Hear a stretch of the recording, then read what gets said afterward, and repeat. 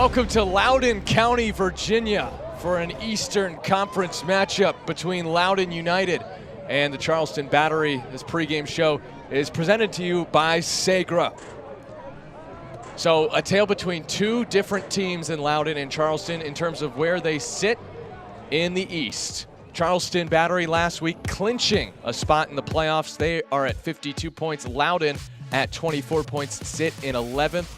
Jose, this is a chance for Charleston to continue to climb the table, and it's a tight race to the top. Absolutely. There's still a lot on the line for Charleston here tonight in the matchup against Loudoun. It's an opportunity for them to get closer to first place. You want to finish in first of the conference. You want to get a home playoff advantage, and that's something very important that it's in place tonight. It's not going to happen in 2 weeks. It's tonight. They're going to fight for that spot tonight.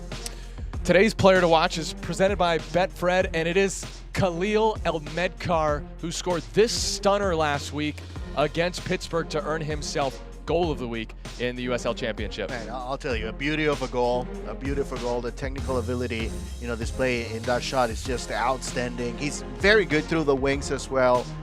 This goal, it's a perfect example. He's able to cut inside in a cold-blooded finish after passing around the goalkeeper. All Khalil scores are golazos. A couple goals last week for Tristan Traeger. Traeger, his first career brace for Charleston, hit this one in against San Diego in the first half in stoppage time, and then he would get another opportunity in the second half thanks to Derek Dodson. Nice little chip into the box. Traeger, without Augie Williams, able to put two away for Charleston. Well, when he gets the opportunity inside the box, he's going to take a good shot at it. And, I think those two goals are a perfect example. A couple of mistakes defensively, but he was right there and took advantage of them. Charleston fighting for the top spot in the East. Loudoun down but not out. Still on the outside looking in of the playoffs. Pregame show continues after this, presented by Segra.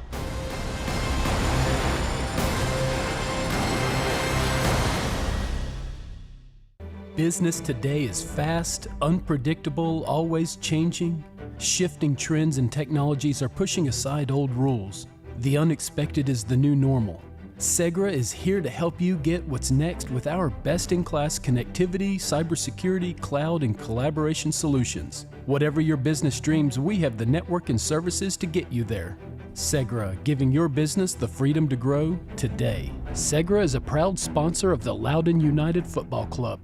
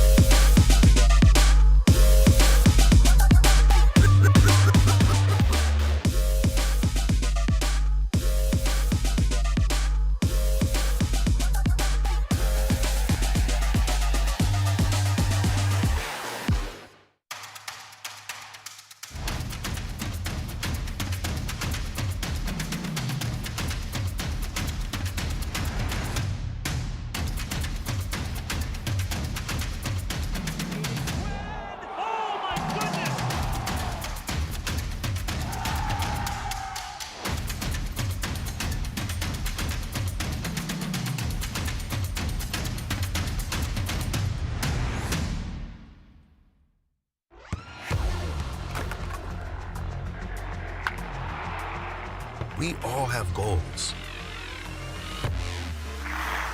But let's be honest, most of us aren't going to be professional athletes. But if your goal is to finish your degree, we can help. Come to a university that puts your goals first. Bellevue University, your partner in finishing goals. Welcome back to Leesburg, Virginia. Before Loudoun against Charleston, it is salute to service night, and that's why we have a beautiful flyover. Again, this pregame show is presented by Segra. As we take a peek at the series history between these two sides, looking at the last time these two faced, it was 3-0 in favor of Charleston. That was on June 30th. Augie Williams with the opener, Jace Clark with a red card for Loudoun, and Nick Markanek scored a second-half brace. Well, off to a good start in that game, and that's something that Charleston will be looking forward to do again here tonight. Obviously, you know, a little bit tougher now because, as we can see here from the starting lineup for Loudoun, it's a little bit of a build-up team now with Neville now, you know, getting in from Inter Miami. At the top, you know, there's still a lot of talent. Ryan, Medkar, we saw a little bit of him already, and Garay on the right side also. A lot of pace and a lot of good balance in the lineup for Loudoun. And Hugo Farou gets the start against his former club. Here is the Charleston Battery's lineup with only one change from last week. That is because Arturo Rodriguez was hurt, so Pierre Reedy, who came in for him, gets the start tonight. We're looking at a 3-4-3 initially here. This mainly will happen when Charleston, when they do have the ball. When they don't have the ball, Crawford and Dodson will be moving back as a 5-man backline. So, moments before kick here from Leesburg, Virginia, Loudoun United not quite out of it. They are in 11th in the East. Charleston, they are in 3rd in the East, and they're pushing for the top. Battery on the road looking to get 3 points as they push for that #1 seed in the Eastern Conference.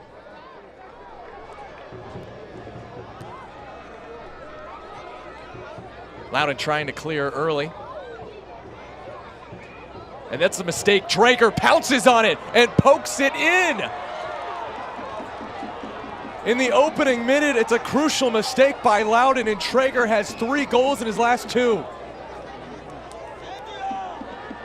Well, in the pregame, we talked about, you know, how Traeger, you know, it's easy to take advantage of mistakes inside the box for him. And that's exactly what happens here in the first play of the match. You know, it's not even the first minute, but, you know, it's a poor clearance.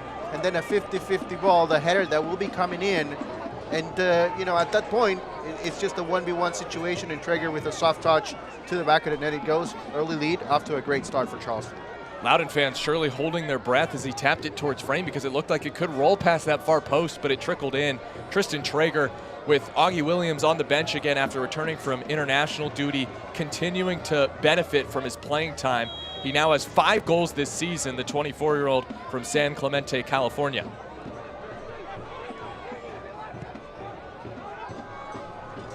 His first goal coming in not just the first minute of this game, second, number 21. We didn't even get to the first, we didn't even get to half a minute before that goal rolled in.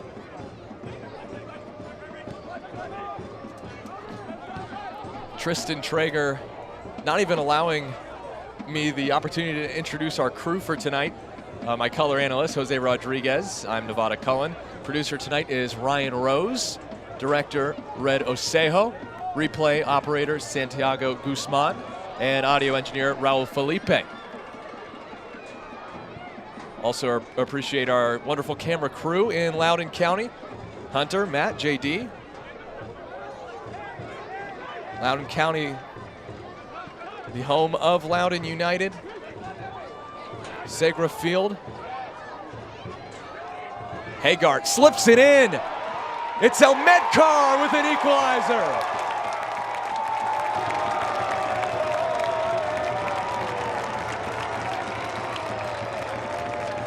Every goal from here on out for his mom, Dr. Helena Schroyer, who tragically passed from breast cancer earlier this season, and he's been playing for her lately, Jose.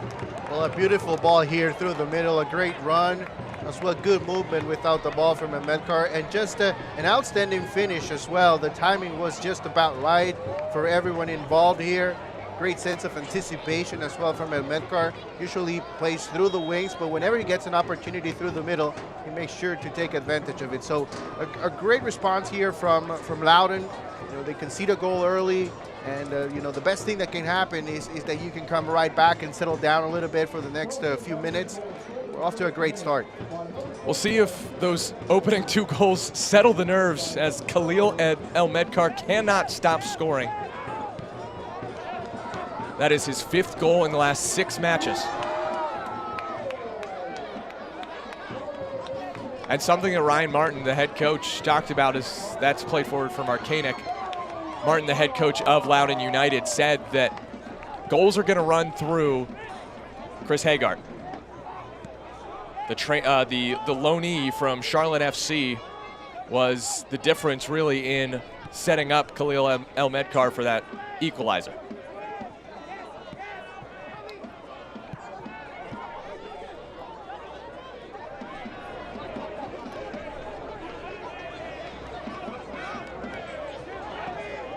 Crawford switches play. Dodson, if he settles it, can cross it in. Centering pass. And settling on the ball is Hugo Faru, the former Battery man himself, as Jose takes you through his keys to the game.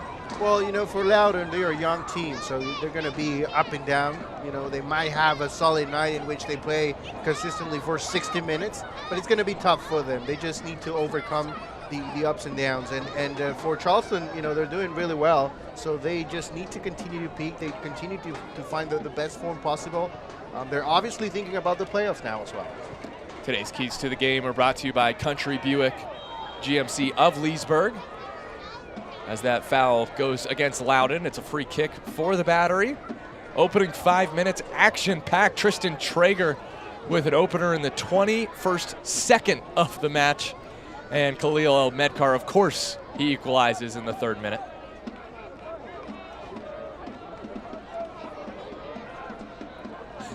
That's right, those are our 2 players of the match. I think our producer Ryan Rose knows what he's talking about.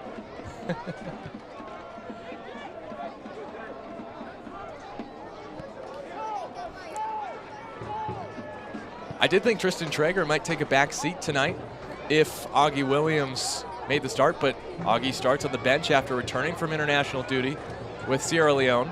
So Traeger gets another start, and he has really been making the starts count.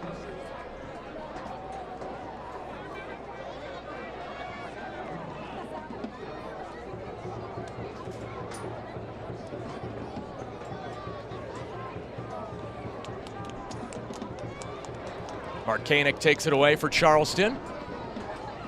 Battery looking for a second. Avila ran into a brick wall. That was Learman.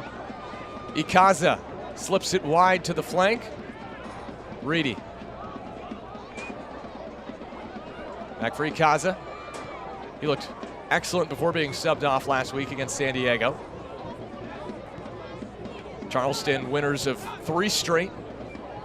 2-0 win Saturday against the Loyal. Crawford towards the 18. Not cleared well, and Reedy has it taken away. Turner intervened. Turner trying to start the counter for Loudoun. Has Morris on the right side. Morris making his return from injury, lays it off to Harvey Neville. And Neville earns the corner, playing it off of the Charleston defender, Juan Sebastian Palma. Well, you know, just the rhythm of the game right now, it's outstanding. It's back and forth. You know, both teams are finding a way to move the ball from side to side. They're both creating a lot of room. So a solid start. Loudoun has not scored from a corner yet this season.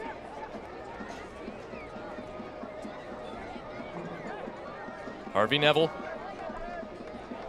Inter Miami loanee. Loaned on August 24th. Made 13 appearances with Inter Miami in all competitions. Neville, the 21-year-old out of Manchester, England, offers a bit more from the right back position for Coach Martin's squad than some of the players before him. A top talent looking to make a splash in the championship. Has El-Medkar. In with the corner. Header flicked away by Palma. And cleared by Markanek. Battery deal with it nicely, and Avila wins the foul. So Loudoun will go in the book. It's Jeremy Garay. Yeah, and that's really an easy call for the referee. It's more about stopping a counterattack situation. They had numbers, but still, you know, at that point, you never know what could happen. So Garay takes a chance with the foul, and you know, something that he needs to be careful with moving forward. 5th yellow of the season for Jeremy Garay. Loudoun without Josu Landry tonight, their star 22-year-old, who is suspended 2 matches. This is his 2nd game of the suspension because of yellow card accumulation. He has 11 this year. Obviously a crucial piece missing for Ryan Martin's squad. There is our head official, Alexandra Billiter. Our other officials tonight, Ben Rigel, Patrick Slane, and Nikrad Fateh. There is Ryan Martin, his 5th year with the team. He was the director of the DC United Academy.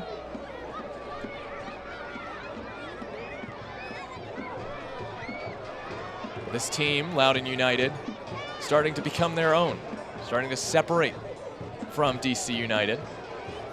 And next year will be the first year of that true separation as that rolls out. Reedy frustrated. And that's something that's going to be very important, you know, during the first year, the first opportunity to try to be a little bit more independent. It's going to take some time, but I think, you know, the work done this year, it's not going to go unnoticed. I think, you know, coming into 2024, a lot of the players that are on the roster right now will have an opportunity, and then, you know, they'll show exactly what that opportunity meant for them as they move forward in their career. So, you know, looking forward to Loudoun 2024, and you never know what could happen in the rest of the regular season here in 2024. That was expertly dealt with by Neville. And something Coach Martin talked about is the ownership is ambitious. Greg Baroni, the owner of Loudoun United, has said that he wants to pour a lot into this team, and that's crossed in. Header flicked away, only as far as Dodson. Elmedkar trying to start the counter for Loudoun. Underhit the pass slightly, but chested down by Hagart, and he's shoved by Crawford. And Hagart and Crawford, a little bit of chippiness early. It's a yellow card for Charleston now on Robbie Crawford. Yeah, well, a similar situation, you know, just a few minutes ago. You know, similar foul ended up in a yellow card for Garay. Then, you know, this is exactly the same here. And if you're Loudoun, you kind of like that, you know. You like the chippiness, you like the game to be physical. You want that experience for young players, and so far they're dealing with it really, really well. Hagart's really good at that whole chippiness thing. He likes to fire up a team, be a little physical. Free kick coming for Loudoun United. Match tied at 1 here in the 12th minute. 2 goals scored in the first 3 minutes. Traeger in the first minute, Elmedkar in the 3rd.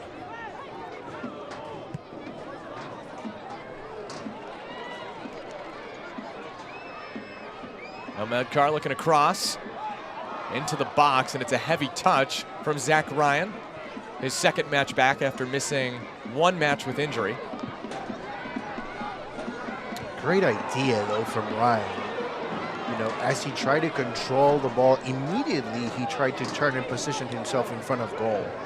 So that was a great idea. Unfortunately, he wasn't able to execute, but a great idea from Ryan. By the way, another note from our producer, Ryan Rose. Traeger's goal, 21 seconds into the match, ties the season record for fastest goal.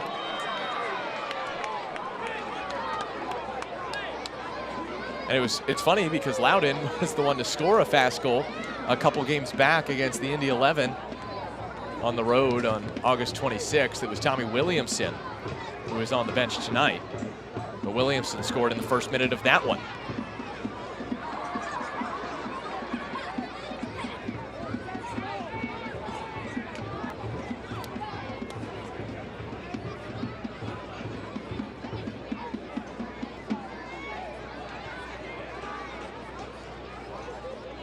And there's the note on Charleston.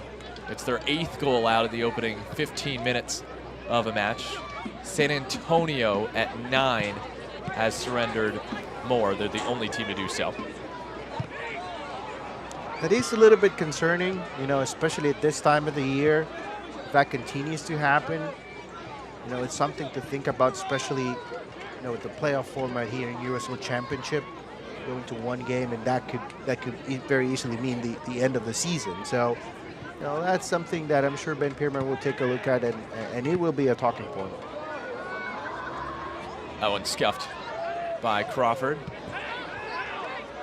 And something that's a foul against Crawford. He's got to be careful. He's on a yellow.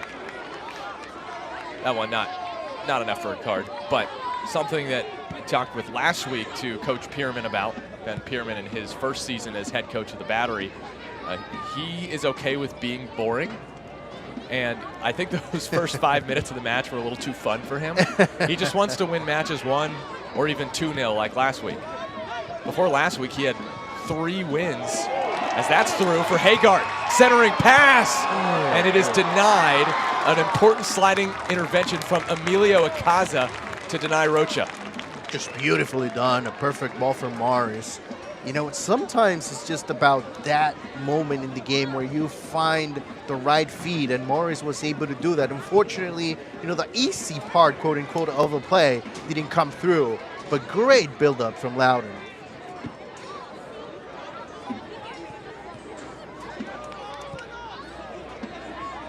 Jake Morris, the 24-year-old from Fort Lauderdale, making his return from injury as we look at that feed from him to Hagart. Hagart's pass was a great one, and if Icaza doesn't slide in there, Rocha could have made that 2-1 Loudoun.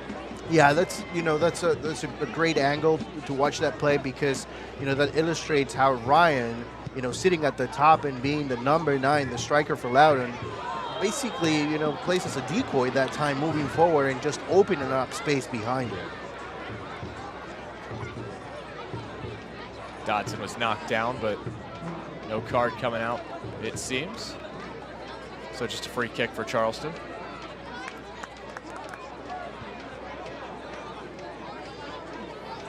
Yeah, just a little bit of a shove there. Just a little bit, though. Booth looking for Dodson, able to keep it in, and flag goes up. Just rolled out.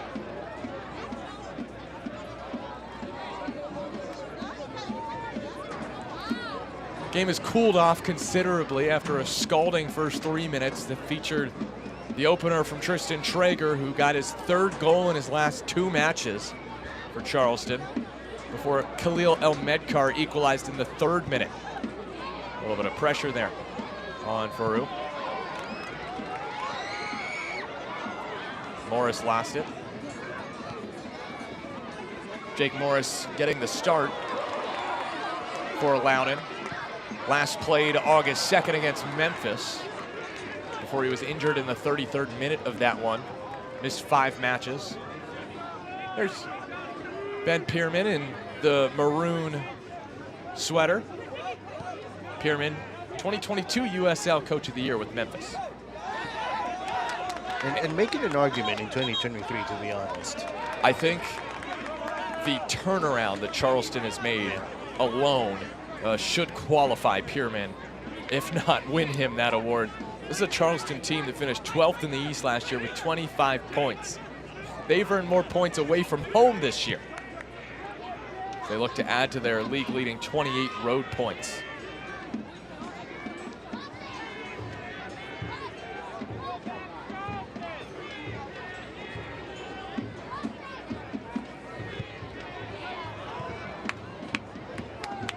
Traeger the other way for Charleston. Heavy bump from behind. And maybe, yeah, another caution coming out. That's on Hagart. Just his second start, second appearance with Loudoun after being loaned from Charlotte FC. What do you think, Jose? Yeah, just trying to help out defensively. Similar situation once again. You know, just guys, come on, don't pull each other's jerseys. That will be a yellow card. Yeah. So I mean, it's pretty clear. Right now, it's 3 yellow cards, all of them for the similar fouls. Alex Bilder trying to remind these players that they're playing soccer and not tug of war. Fun fact, yeah, I was on the call last night for Florida women's soccer, and who else was the referee but Alex Bilder? Oh. And she, I guess, made the trip from Gainesville for this match tonight, all the way to Leesburg, Virginia.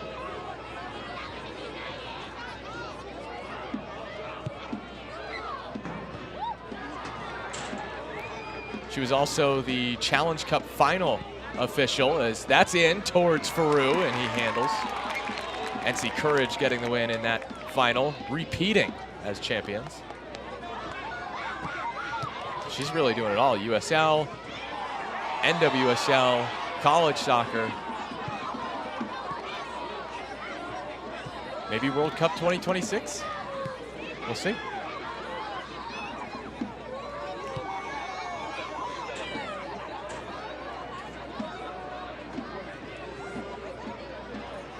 Booth. Charleston got the opening goal. Looking to take the lead back into the 18, away from Turner. Booth looking to send it back in, slips it back to Ikaza, has Crawford. A little bit of space for him, and he twists back to recycle.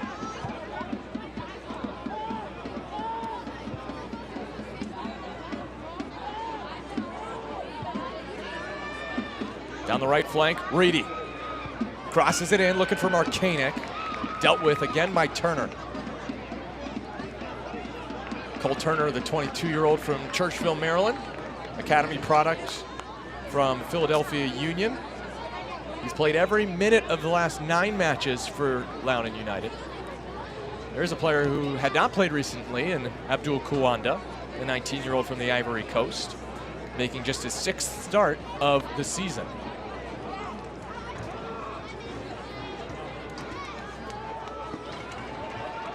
Not the best header from Booth, but dealt with by Palma. Back to Trey Muse, who is tied for the league lead in clean sheets with Lou City's Oliver Semley.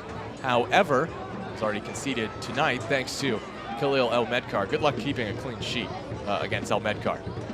Loudoun just continue to score.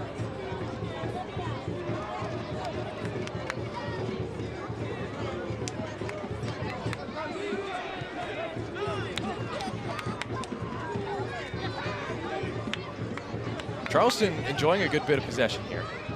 They're 8th in the league when it comes to possession. And last week they showed that they can play without the ball too. I think that was a step that Coach Pierman wanted to see his team do against a team in the San Diego Loyal who controls possession better than almost anyone in the league. And Charleston able to score 2 goals and not allow a goal in that match. Especially tonight, it's important for them to dictate the tempo of the game, and they can only do that with possession, so they need the ball. You know, they kind of have to be patient and wait for a mistake from Loudoun.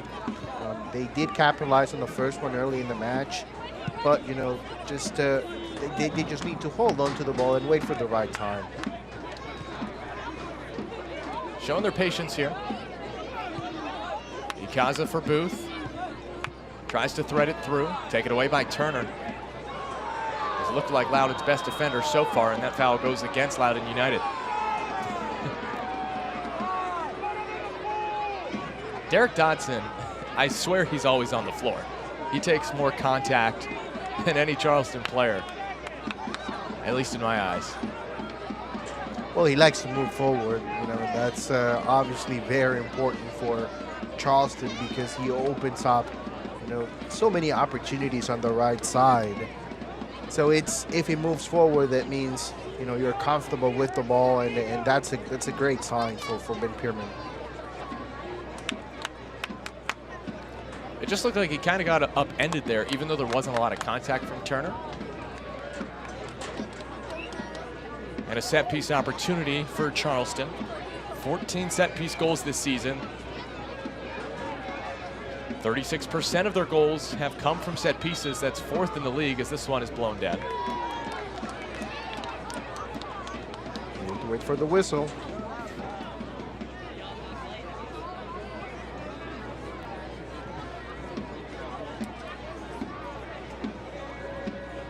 th minute here from Segra Field. Charleston looking for a second. That's a low delivery. Haggard has no trouble dealing with it. Well, the first one was much better. Good service. Second one, not so much. That's the other part of the game. You know, I think could be very important tonight for both sides, honestly. You know, set pieces. If you're loud and you don't have the ball as much, you have to relish those opportunities to get numbers inside the box. Don't know what Robbie Crawford had against that Gatorade bottle, but Emilio Ikaza went for a quick hydration break before the throw.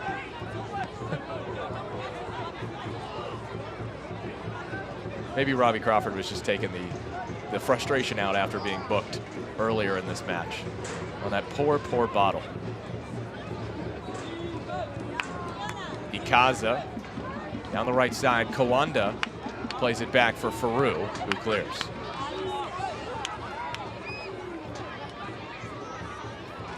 Elmedkar testing. No trouble though for Trey Muse.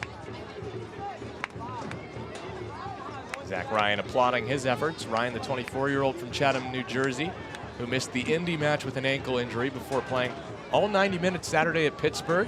Coach Martin said his ankle felt good after playing the whole match. Good sign for Zach, who leads the team with 9 goals. Traeger, little step over, crosses in. Header denied once, and Reedy's denied. He wants a handball, but no call. Reedy back into the mix. Cleared just as far as Booth. And he has to just send it back for Palma. Yeah, great effort on both sides at the time. A beautiful cross into the back post, the header just very well executed. Nice shot by Neville to get it back to Faru to allow him to clear it out of danger. I think it was Kawanda with the sliding challenge on that earlier play. Here's Rocha for Loudoun. Aiden Rocha slips it ahead for El Medkar. Has a little bit of space, scored a banger last week. This one from distance takes a deflection and it rolls out. Here's the rebound after the save, and they want that handball called on Kawanda. That's what Reedy is arguing. That should be a no call. Yep. I think a good decision from the referee, and it's you know, sometimes it's just about, you know, perception. You know, for the referee, you don't get a clear look at it, but I think, you know, the assistant referee had a perfect shot at it right in front. So good no call. Great job from the referees. So Loudoun on the other end after making a great stop to deny Charleston. And the Battery made a good stop to deny El Medkar. But a set piece here for Loudoun United. Neville waiting for the whistle. Takes it short. Haggart back to Neville. Chips in across. Learman heads it back towards center. And Ryan loses out to Avila. Oh, that's back into the mixer. Morris gets on the end. Offside flag is up.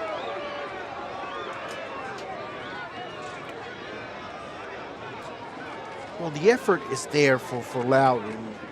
You know, it's the decision making at times. You know, when you get opportunities inside the box, you just have to react a little bit faster. Maybe that's the one thing lacking right now for Loudoun. Once they get inside the box, decision making it needs to be a little bit more, it needs to be sharper. Ben Pierman in that maroon hoodie just urging his team on as Charleston scored first in this match, but it was Loudoun who scored in the 3rd minute. And you're right, Jose, this Loudoun team is fighting after conceding that Traeger goal, tied for the fastest goal in the USL this season at 21 seconds into the match. You know, I think there's a matchup on the right side for Loudoun, right here, between Morris and Crawford. With Crawford already with a yellow card, you know, I think they should feed Morris the ball a little bit more and have him play that 1v1 battle. And Morris has looked actually really good up front for Loudoun. We weren't sure exactly where he would play in the formation, but that is something to watch with Crawford on a yellow card.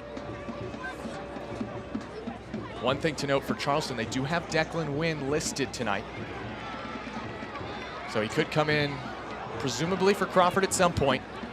As Loudoun turn it over. Traeger looking to slip it in.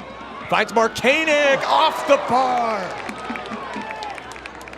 Reedy keeps it in and the flag goes up. Nick Markanek so close. He scored a brace last time against Loudoun, and this one wasn't far off. Well, another mistake out of the back, you know, moving the ball for Loudoun, and very quickly Charleston was able to move the ball around and get an opportunity here inside the box. How about the positioning from Faru, making sure that he had to go high and forcing him to hit the bar? Yeah, it's good pressure from the goalkeeper. Now, I think this counts more as a missed opportunity. Yeah. For Charleston.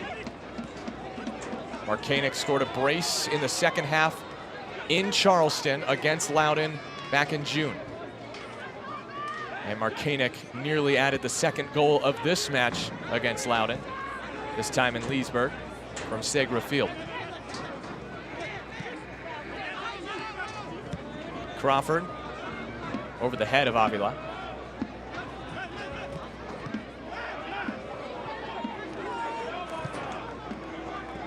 Traeger. Into the 18. Oh, toe poke across frame. And Kawanda's the only one there, unfortunately, after that pretty pass. Infield to Garay. And ahead from Medkar. Oh, Medkar. Hagar with a heavy touch. And he's tripped up. It falls for Morris. Can he get a shot away? Instead, it's Neville. Centering pass knocked away. Nice job there by Mark Koenig to settle for Charleston. Well, so far so good offensively for Loudoun, except, you know, I think the one thing that's missing for them is the finishing, but the build-up has been really, really good. Pierre Reedy was looking for Mark Koenig, maybe Dodson, but Dodson let it go. Loudoun playing with a team that doesn't have anything to lose, and to be fair, that's what they have to do. They have to get wins at this point. A draw won't do them any favors. They're in 11th with 24 points and quite a ways out from the playoffs, but they're only eliminated if they lose tonight and Detroit City beats Phoenix Rising. Otherwise, they're still alive to fight another week and, you know, perhaps make a miracle push for the playoffs. Of course, I think at this point it's just a matter of, you know, finishing on a high note and doing what they can, taking it one match at a time. It rolls out, and a yellow comes out. Oh, Lord. Pushing and shoving with El Medkar, Palma, and now Rocha joining in.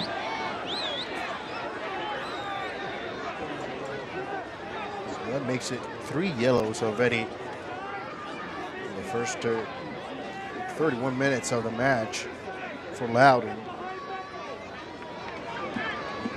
Charleston players still down. And this one completely unnecessary, to be honest, because, you know, the ball was already out of play. It was a 1v1 situation with Dodson. There's nothing there. Just tripped him. And then, oh. That's an extended yellow right there. Could have very easily, you know, resulted in a red card. So Khalil El Medkar picks up just his 3rd yellow of the season. He's not a player who often goes in the book. Just tripped up Dodson.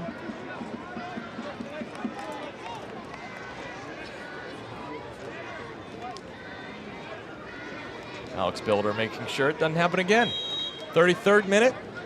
All square at 1. Tristan Traeger, a first-minute goal for Charleston. 21 seconds into the match, tied for the fastest goal of the season.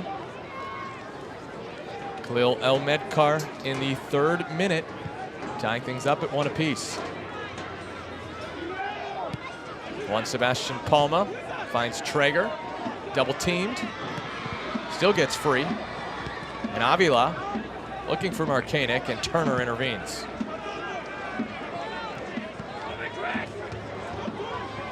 Hagar lost it. Booth.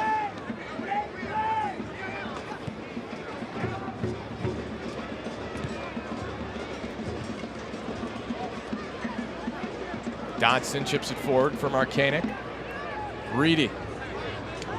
Good dribble there. Still going. His cross shielded out for a corner. Very good game so far. You know, very entertaining. You know, it's a lot of credit to Loudoun because, you know, they're you know, very close to being eliminated, but they played like, you know, they're pretty much in the mix. You know, great energy, and the system, I think it's in place, and that's why we were talking about a foundation, having something to work with as you move forward. And I think this game is the perfect example for Loudoun. Speaking of great energy, those Battery fans away from home, still bringing the drums. It's not a far trip from Charleston to DC, not compared to some of the other matches that Charleston have had to travel for. Mark Koenig's in-swinging delivery, and Faroux claims it. Hugo Farou trying to start the counter for Loudoun. Farou, who played in 2022 with Charleston in 22 matches, making 83 saves. He was a busy man for the Battery last year. Well, you know, it was a very tough season to be part of the Battery. And but I like the energy from Farou so far here in the first half. You know, quickly looking for counterattack situations. He knows his team, you know, can feed off those opportunities. They have the firepower at the top. So great understanding and just you know, the perfect way to start a build-up or a counterattack situation. Sometimes you don't think of the goalkeeper as a player to get the offense going, and yet, you know, Farou, he has been at least trying to do that here tonight. I really hope that Loudoun do bounce back next year, considering players like Hugo Farou, who, you know, struggled last year with Charleston, and Loudoun having now struggled this year. And I think that one thing I talked to Coach Martin about is, I think, one, that they have the opportunity to do that. Two, they have some hope from a team like Charleston with their turnaround, going from just having 25 points last year to being a Players' Shield contender this year. And Ryan Martin believes his team can do the same. Yeah, I happen to agree with that. You know, I think they have a solid group of players. Yeah, you're going to need to bring in maybe some experience and, you know, goals. But, you know, other than that, I think defensively they have been able to work well at times. Look at players like Morris, even, you know, Farou. I think those are players that can continue to grow.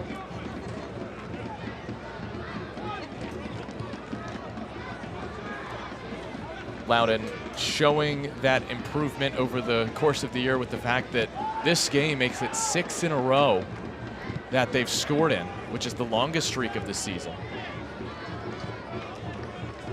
And hoping to continue that momentum through the end of the season. Kawanda takes it away. And, you know, early in the season, they looked like a completely different team. You know, they were winning a lot of games, you know, close to the top in the standings as well. But, you know, maybe this is not the year. This is the year to take the first step. Morris. Taken away by Palma, but Morris falls down. And no foul call.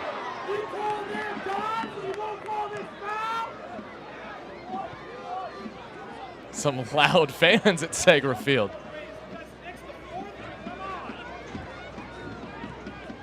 That one's chipped in, and Farou will settle it. Select, the official match ball supplier of the USL Championship and many elite leagues throughout Europe. Visit www.us.select-sport.com for the latest Select products, specials, and more. Select, the player's choice. Ryan Martin was the assistant coach at FC Cincinnati before he decided to join DC United and become their director of the academy. And then eventually, 2019, he takes over for Loudoun United. And he said that there have been challenges to being associated with DC United, and still this season, like, for instance, having players that are part of your rotation and then all of a sudden they go back to DC because they need them. And that's something he's had to deal with this year. His left back was one after the Open Cup.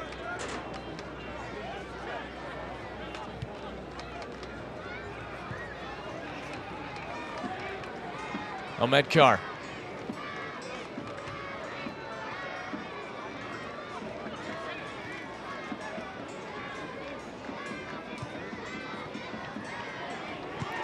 And that one's skied.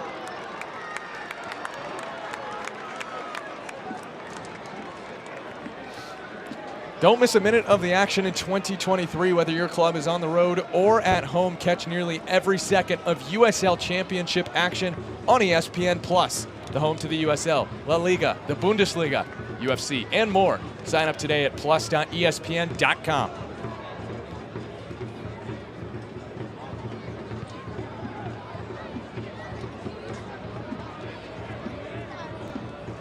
Markanik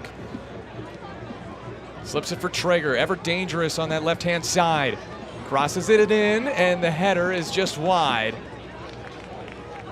A valiant effort, but Pierriti cannot put it on frame.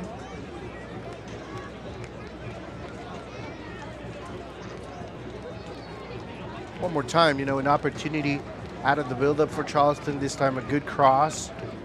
The header, just unfortunate that it was not on target. It did seem like a good opportunity. Pierriti making just his 3rd start of the season. 25-year-old from Kutztown, Pennsylvania. Went to Penn State and was sent from Dundee FC to Charleston after helping Dundee secure promotion to the Scottish top flight.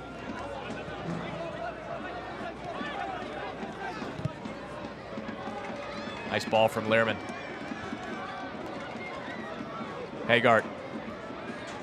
Just his 2nd start. Oh, beautiful. Haggart plays it off of a Charleston player for a corner, but I'm sure he was hoping to have slipped that one in for one of his teammates. Yeah, I think he's going to want that one back, you know, when he watches the game, because, you know, he did absolutely everything right. He's able to move past Dodson. Right there, he has enough room. He just needed to feed that ball to Ryan or somebody else inside the box. Decides to hold on to it and, you know, run into trouble. He put Dodson on skates, but then it's like Dodson realized that, actually, wait, I'm Apollo Ono. I can skate with the best of them. Able to knock it out for a corner. Neville takes the corner and sends it for Elmedkar, who crosses it in. It's headed away by Leland Archer. Chested down by Rocha. For Kawanda. Oh, nice back heel there. Cheeky from Learman. Kawanda switches play to Haggard, but Ikaze able to get his head to it. Elmedkar tracking back for Loudoun. And Ryan slips it on for Neville. Playing on the left-hand side, Harvey Neville. Haggard for Neville. Loudoun showing a good bit of patience here. Not trying to force the issue. Yeah, this is very good. To be honest, I think this is, you know, this is if you want to see something from this team that can lead you to believe that 2024 will be different, this is the perfect example. Just beautifully done, moving the ball around, plenty of patience.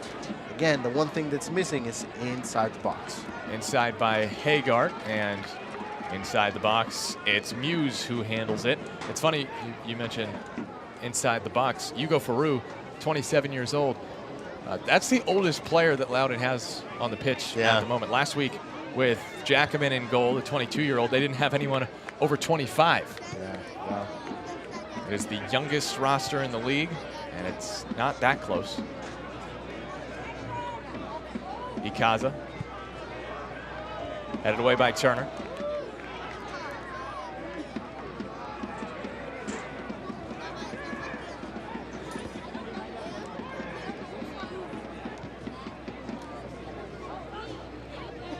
Charleston haven't really threatened Loudoun that much either. It's not like Charleston has dominated this match. Both teams with 4 shots, 2 on target, and 1 goal apiece. Although Markanik did hit the post earlier for Charleston.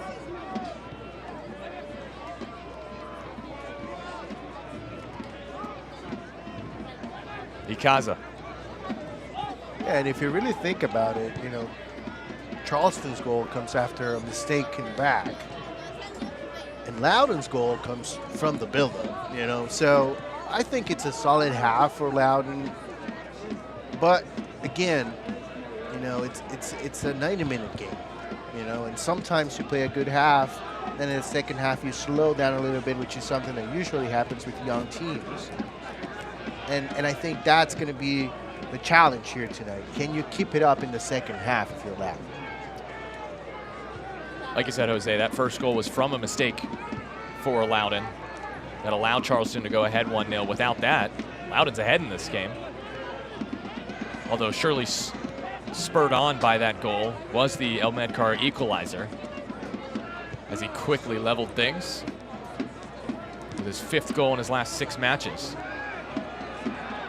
Taken away. Neville looking for Morris, but Crawford takes care of it. Crawford, the only Battery player with a yellow.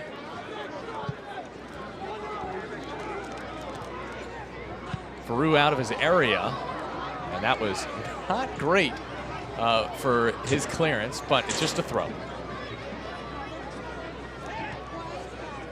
Stoppage time will be 3 added minutes.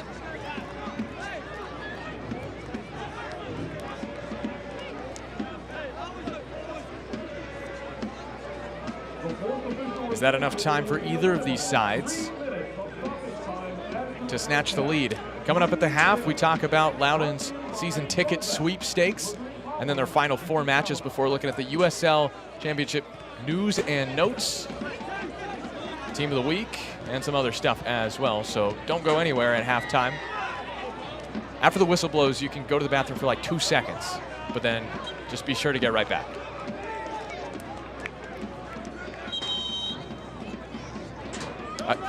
I think every sports fan should have, you know, in the NFL when they have those pop-up tents that they use for the players to go to the bathroom during the game. I think fans should just have that.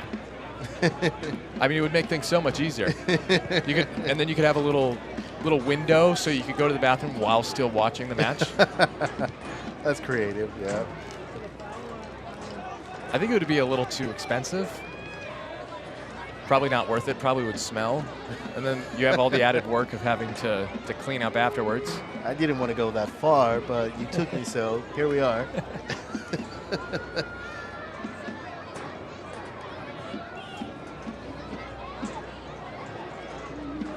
El Medcar takes it away for Loudoun.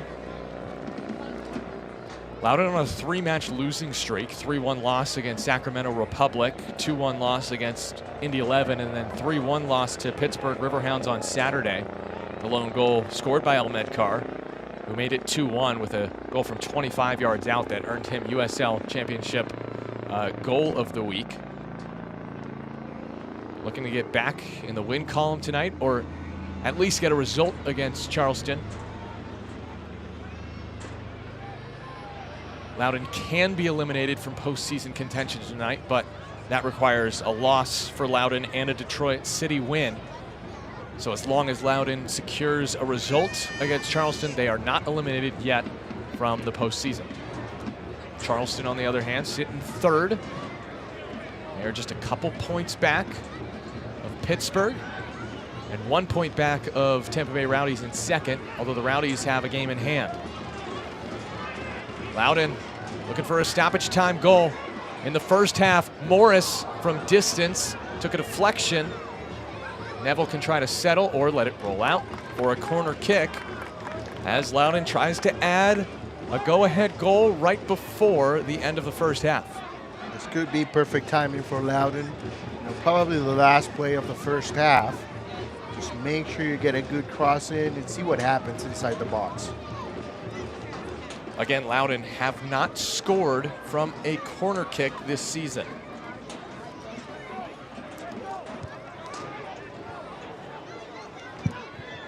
Good clearance by Charleston.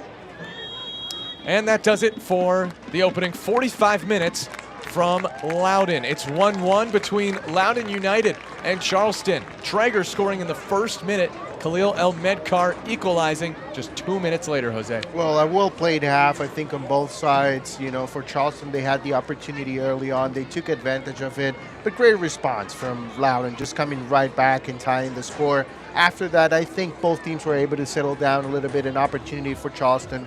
But overall, I think an exciting second half coming up here. 1-1 between Loudoun and Charleston here on Salute to Service Night. We'll have on-field service recognition during the half, and we'll also have a nice halftime show for you, so don't go anywhere. You're watching USL Championship action on ESPN+.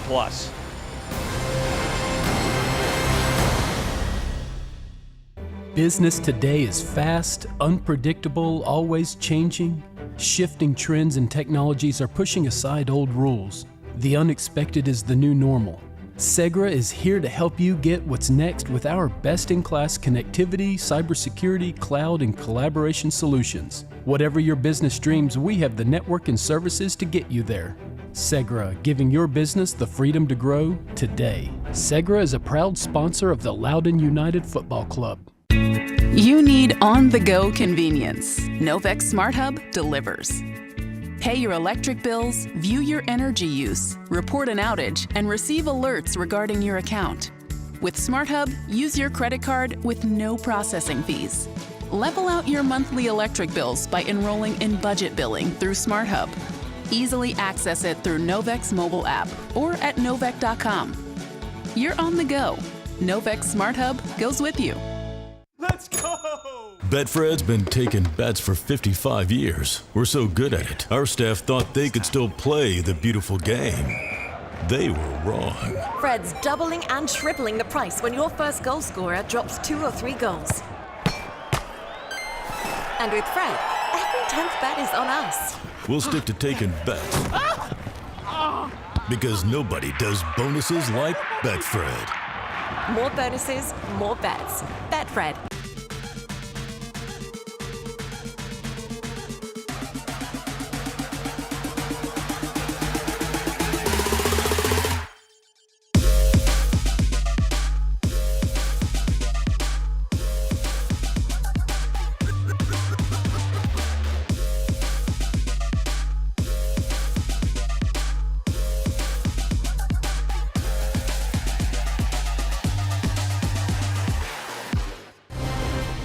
Welcome back to Loudoun County, Virginia, just outside of DC on a perfect night in the 70s in Virginia at halftime between Charleston and Loudoun United. Hey fans, 2024 season tickets are on sale now, and we're having some sweepstakes. 2 free season tickets on us. Enter the sweepstakes for a chance to win 2 sideline tickets for the 2024 season, valued at $650. That's a lot of moolah. That is well worth it. And make sure to visit LoudounUnitedFC.com to enter today. And Jose, it is an exciting chance for these fans to be on the ground for what will be an exciting year next year, with the team really hitting that transition away from DC United and becoming an exciting team to watch. Oh, absolutely. Solid foundation already in place. So, things are only going to get better in the coming months. The next few games here in the regular season in 2023 will be important. But what's coming in 2024 is going to be really exciting. But before we get to 2024, there's still 2023 to get through. Next 4 matches for Loudoun. They start with Louisville City, who are 4th in the East. They're trying to clinch a home playoff game with Oliver Semley in goal, tied with Charleston's Trey Muse with 11 clean sheets, most in the league. Well, anytime you play against Louisville City, it's exciting. It's one of the top teams in the USL Championship. They are trying to get back on track as well, so a very good test for Loudoun and an opportunity for them to get better. And then after Louisville City, it's yet another top team in the East. It's the Tampa Bay Rowdies, who are 2nd, and they really have the Players' Shield in their control, and they have Cal Jennings on an absolute tear, the USL Championship Player of the Week, who has 3 goals in his last 2 games and has scored in 5 straight. Yeah, they're doing really well. Nicky Law was able to, take over after Neil Collins left, and he's doing a very good job so far. So it's going to be another good test for Loudoun. Young group of players, and these are the games that you really want to play. You want to showcase your talent. You want to think about 2024. You got to show your talent against the top teams. The schedule does let up a bit after that for the final 2 matches of the season for Loudoun United. But Detroit City FC is on the hunt for a playoff spot. They are in 8th, and they have Devin Amumensa, who scored in their last match against Miami. Brent Levis providing 2 assists in a crucial 2-1 win for Detroit, and both of those players earned Team of the Week. As for their last opponent, RGV FC, they're 11th in the West, but they are still in it, just 5 points behind Colorado Springs. Well, for RGV, every game is a playoff game right now. The playoffs already started for the Toros, so, it's going to be another important test, and you never know. If you find a way to win 3 games in a row, you have a big matchup against Argentina. You never know. Both teams could be on the outside looking in at that point and need a win. Here are the 4 final matches for Loudoun, starting with Louisville. That'll be at 6:30 next Saturday before traveling to Tampa Bay. That'll be at 7:30 Eastern. Detroit is another home match, and they finish at Segra Field against RGVFC at 8 p.m. Eastern Time on October 14th. Well, they do have to find a way here to continue to build. That's what they need to do. Go game by game, take it half by half, take one step at a time and find a way to get back in rhythm, close out with some momentum of the regular season. We're going to take it one step at a time. We're going to take a break, and when we come back, we will continue the halftime show with the news and notes from around the USL Championship.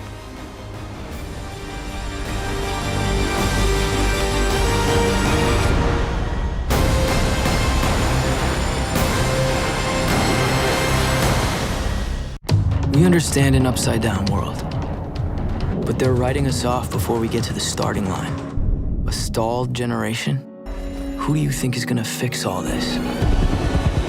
We will, because our future is the future.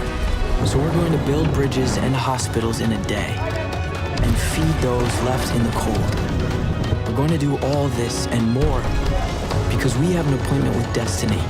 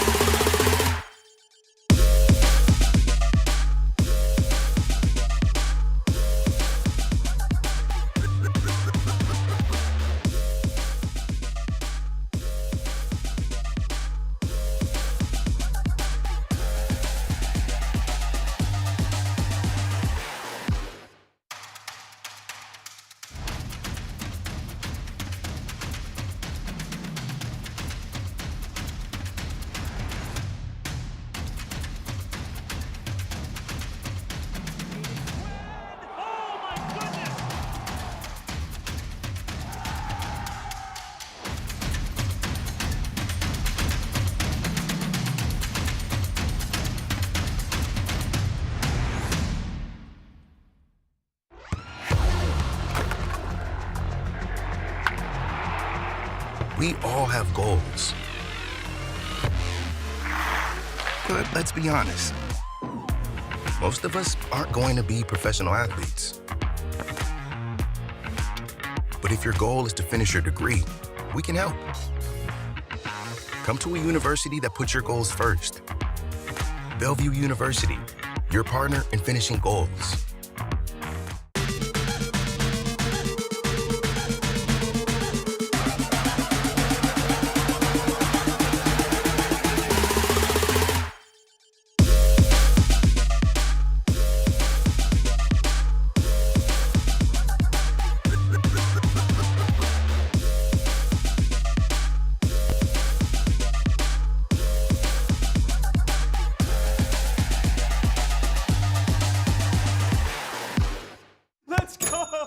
Betfred's been taking bets for 55 years. We're so good at it, our staff thought they could still play the beautiful game.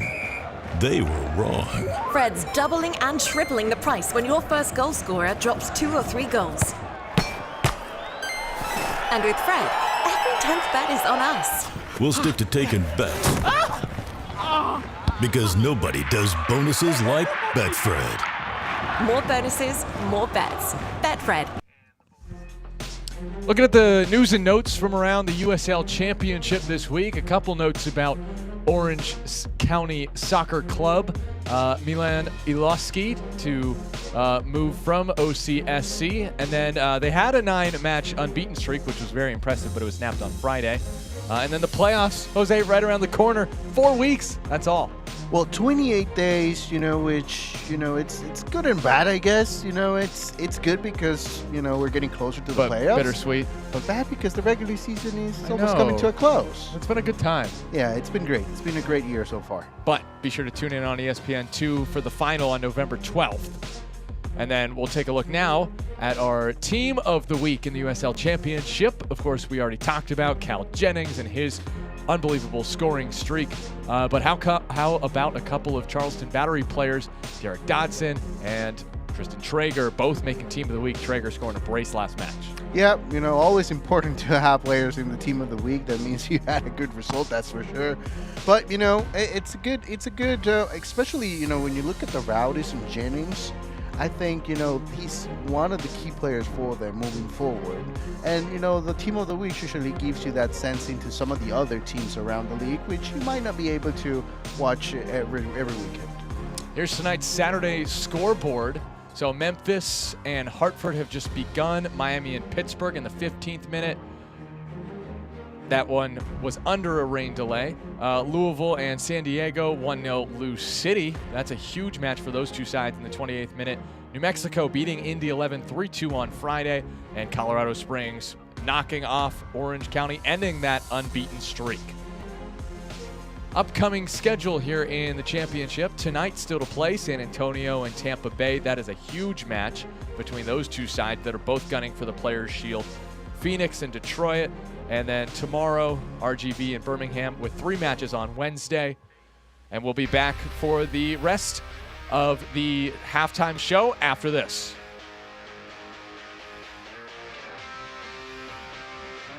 Business today is fast, unpredictable, always changing. Shifting trends and technologies are pushing aside old rules. The unexpected is the new normal. Segra is here to help you get what's next with our best-in-class connectivity, cybersecurity, cloud, and collaboration solutions. Whatever your business dreams, we have the network and services to get you there. Segra, giving your business the freedom to grow today. Segra is a proud sponsor of the Loudoun United Football Club.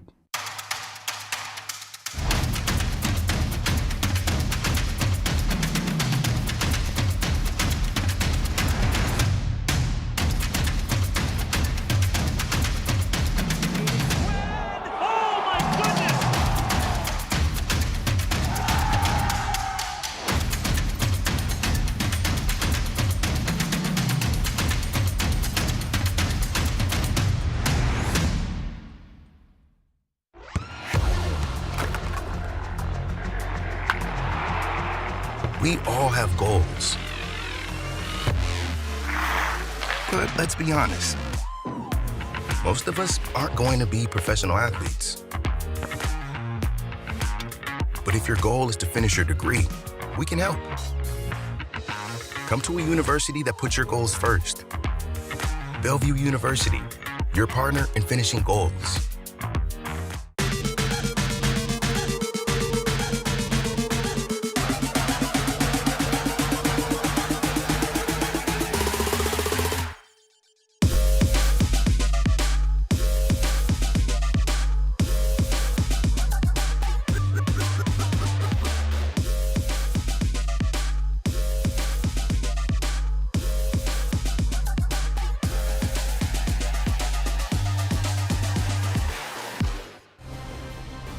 Here are the highlights, all from the first 3 minutes of this 1-1 match. In the first minute, a mistake from Loudoun.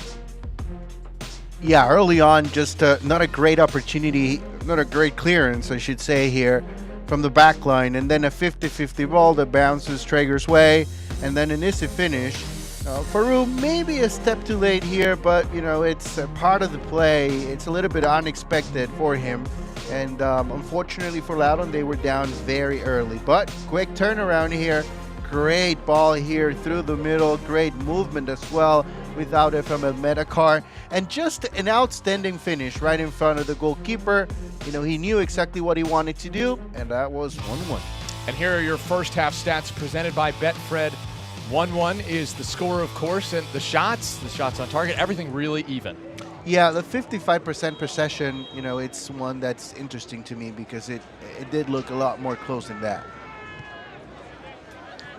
So second half underway from Segra Field in Leesburg, Virginia. Loudoun with a bunch of home matches to end the season and hoping to get a victory and 3 points against Charleston in front of their fans.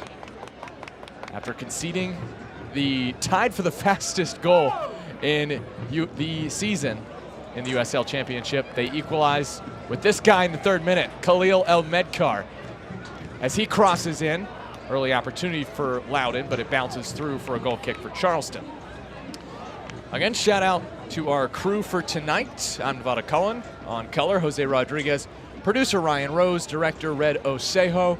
Replay operator Santiago Guzman. And our audio engineer is Raul Felipe. Thanks to our camera crew as well. In Loudoun County, Hunter, Matt, JD.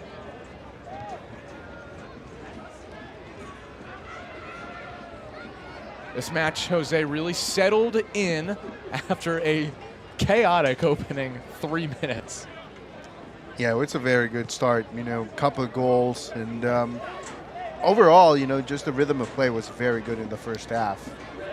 We'll see if both of these teams can keep it up here in the second half. There's Chris Allen on the ball, one of the 2 halftime substitute. Those substitutions are presented by Segra. So Chris Allen back into the game after missing a match with sickness. Fidel Barajas is back in after missing Saturday's match at San Diego because of Mexico's U17 national team World Cup prep camp.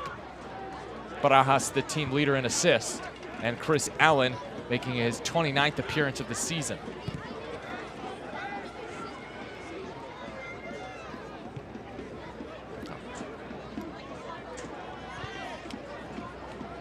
Barajas replaced Pierre Reedy, and Andrew Booth was replaced as well.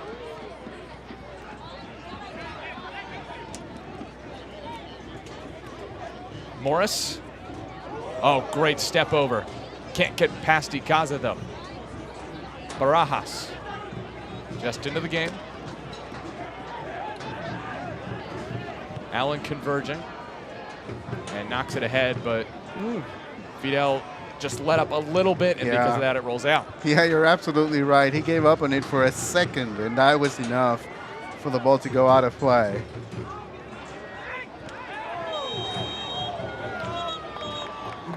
And we're going to stop play here for a second because of potential head injury. Leland Archer down for Charleston.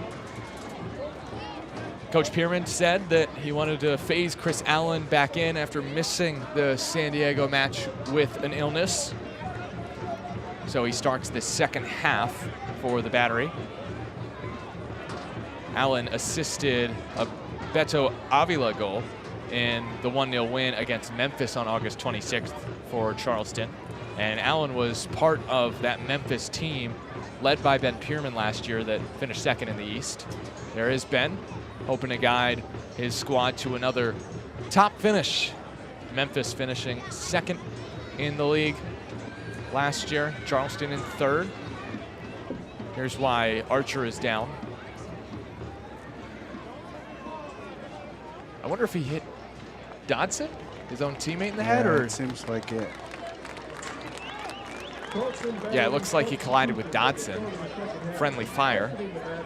Ryan Martin, fifth-year coach of Loudoun United.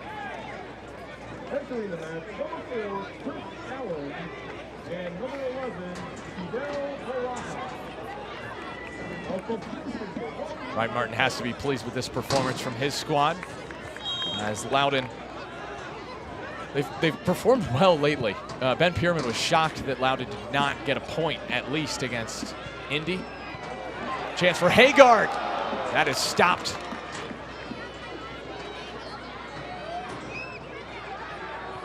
Laid off for Garay. And stepping in there for Charleston is Traeger. Has Avila making the run. Beto Avila. Turner knocks him down. And no foul given. Cole Turner has been great tonight defensively for Loudoun United. This is a beautiful ball from Traeger, right in between the 2 center backs. Great control initially. I think that's a good no call. No, Avila goes down, but you know, there's no foul there. But the setup was just outstanding. Into the mix for Charleston, handled though by Faroux. It was there were a couple penalty kicks last night for our head official to call, in Alex Billiter. Gators and Mizzou each had a penalty kick goal last night, a 3-2 win for the Missouri Tigers in NCAA women's soccer in the SEC opening weekend. It was a wild game, let me tell you, Jose. 4 seconds left. You know how they, count. Yes. They count down. Yeah, count down in college soccer. Gives me a little bit of a headache sometimes. Me too. 4 seconds left, a chance for the Gators, and the Missouri goalkeeper denied it. That one's cleared by Allen. It would have been a buzzer beater, but instead, Bella Hollenbach, the goalkeeper for the Missouri Tigers, made an unbelievable save to secure 3 points on the road for Mizzou.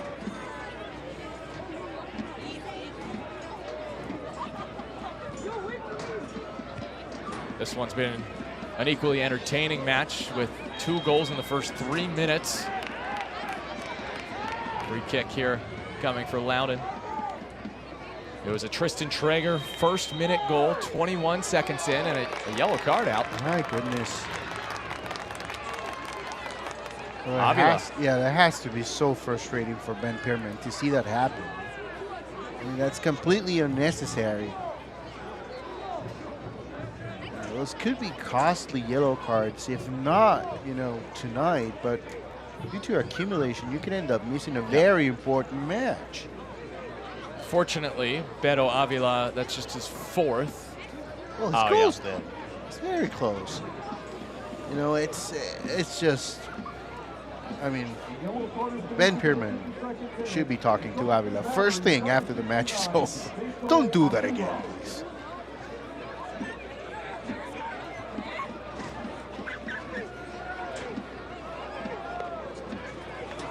Free kick coming for Loudoun. Harvey Neville lays it off. El Medcar back to Neville. Into the 18. Oh, Rocha was looking to try something acrobatic there.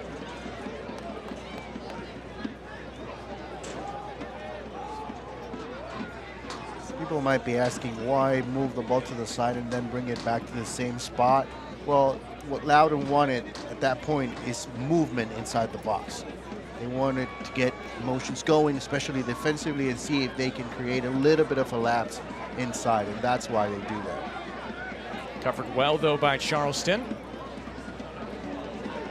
Heaved into the 18, header flicked away. Haggart heads it. Neville settles, has a go, and it's blocked by Traeger.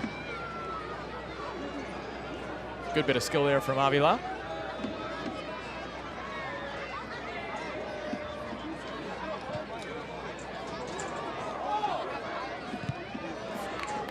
Baru comes out from his net to clear, all the way back to Muse. Interesting ball there by Charleston, but they have to recycle.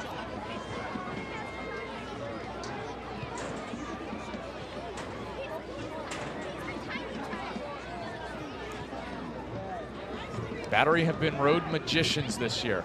Away from Patriots Point, 28 points gained, most in the league.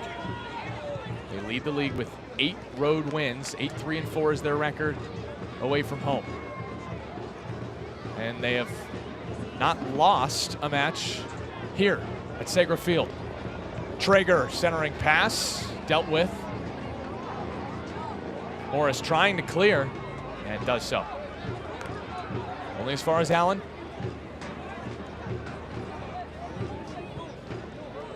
And Ikaza's pass into the box is out for a corner. Emilio Ikaza, 26-year-old from St. Pete, went to USF and came to Charleston by way of RGVFC. That's who Loudoun finished the season with on October 14th.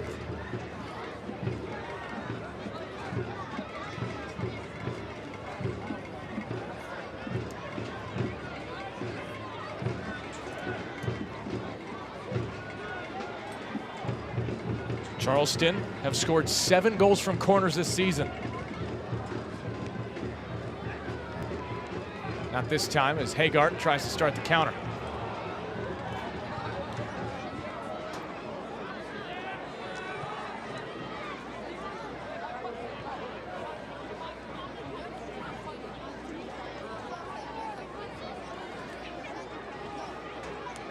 Ikaza. Markanek. And the play's whistled dead. Offside flag was up. Well, I think this is the time for Loudoun to, try to speed things up a little bit. It's a slow start for Charleston. Lack of concentration when it comes to yellow cards, and again here an offside that shouldn't happen, to one of the top teams in the East. So it seems like, Charleston, they're not having a great start to the second half. Loudoun, if you're able to recognize that playing at home, you need to step it up. This is the moment. Loudoun hoping that some of their late season additions can make an impact. The last 2 Loudoun matches have featured a few new players and some familiar faces. Harvey Neville making his debut against Indy. There's Tristan Traeger, who has 3 goals in his last 2. Chris Hagart, debuting Saturday at Pittsburgh, has already left his imprint on his second match with Loudoun, who has not won at home against Charleston in its history.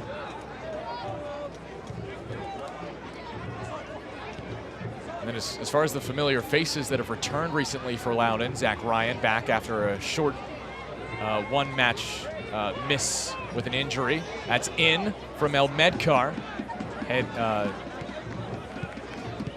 Garay tried to send it back in for Loudoun. Falls for El Medkar.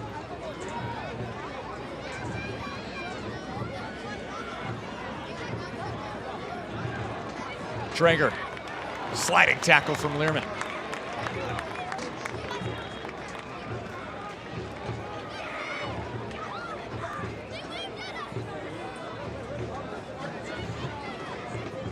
So Avila, who just got a yellow card in the 52nd minute, will be replaced by none other than Augustine Williams. Augie, the team leader with 11 goals, making his return to the action for Charleston since he went on international duty, appearing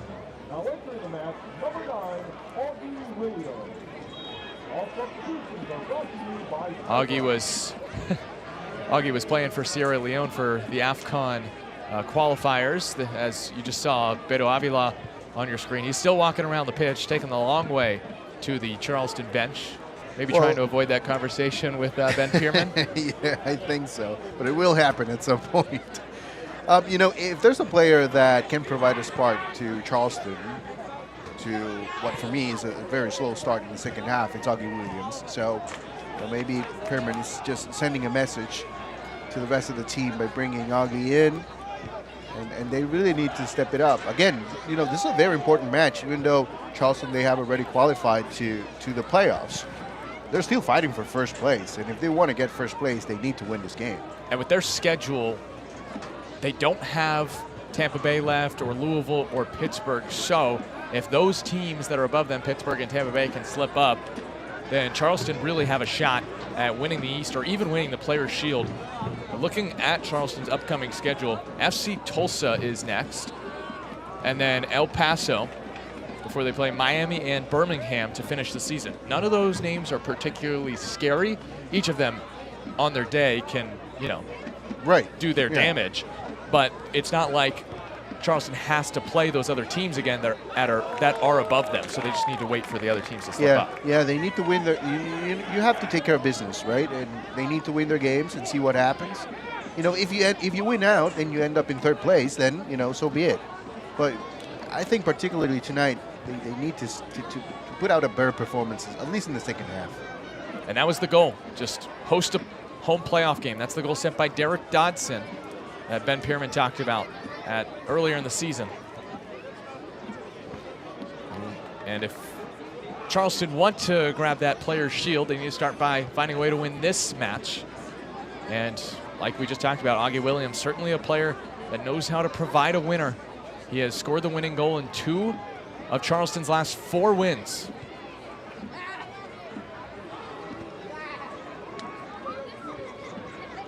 Ikaza. Archer. Dodson. Tries to go infield. It's taken away as Garay passes to El Medkar, who unleashes Zach Ryan. Palma guarding him. Ryan slowing up the play. Back heel, El Medkar. It's Hagard, and Loudoun lead.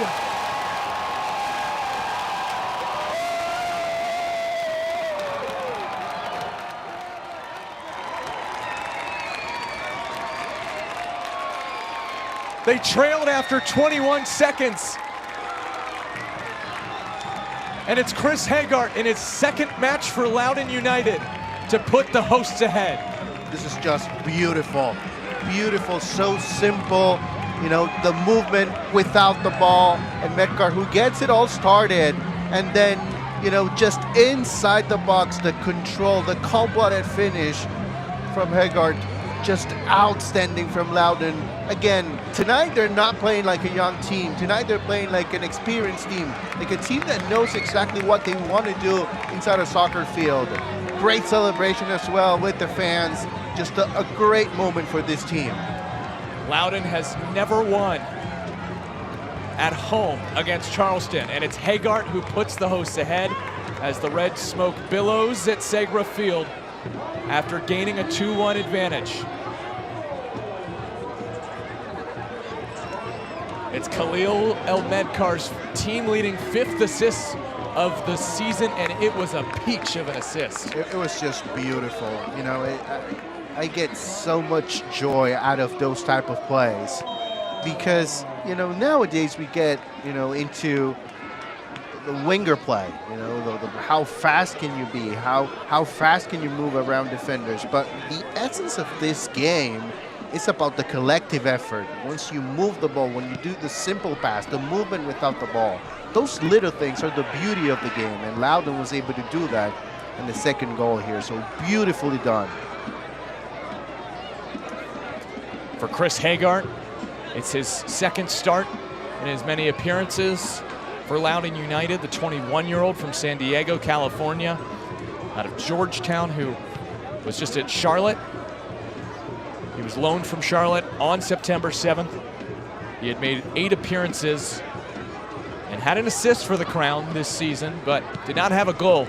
He has his goal, and it comes for Loudoun United, and it puts them ahead of the 3rd place team in the East to put the Battery on the back foot. Ikaza in for Markanek. And a nice job there by Giannis Learman to knock it away for a throw-in instead of a corner.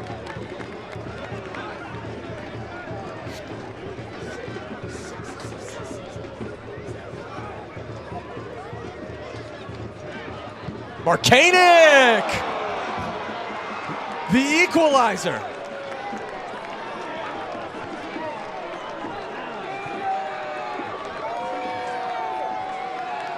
A stunner from Nick Markanek, his 3rd goal against Loudoun this season, and it comes 2 minutes after Hagart's go-ahead strike. So unfortunate for Loudoun, again, just unable to clear the ball away and giving Markanek an opportunity inside the box. And don't get me wrong, this is a beautiful finish and something that's not easy to do at all. But it's just very unfortunate for Loudoun. They have been able to do so many things right in the game, but 2 mistakes, and that's enough for Charleston to have 2 goals. That's why they are one of the top teams in the East. 8th goal of the season for Nick Markanek, 3rd against Loudoun United as Loudoun bring on Wesley Leggett and take off Jake Morris. That substitution brought to you by Segra.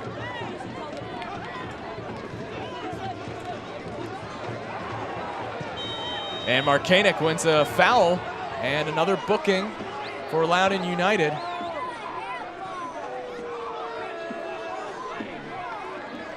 It is on Cole Turner.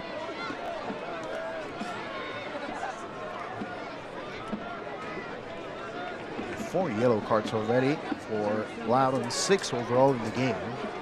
So it's been a physical game, but it seems like, you know, it hasn't been that overly aggressive, right? I mean, there's a challenge here. I think that's a good call by the referee. It's a yellow card as well. I think that's as a result as well of the equalizer, a little bit of frustration from the back line.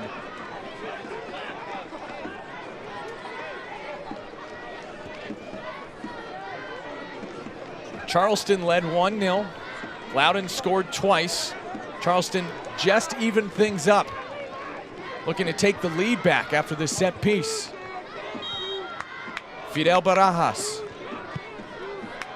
Oh, that's tricky, looking for Traeger, headed And it's down for Ikaza, and Rocha clears for Loudoun.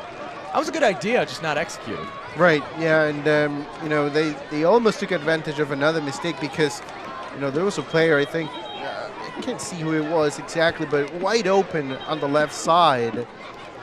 And it did seem from our angle like the ball was going that way, but it was a little bit short in that.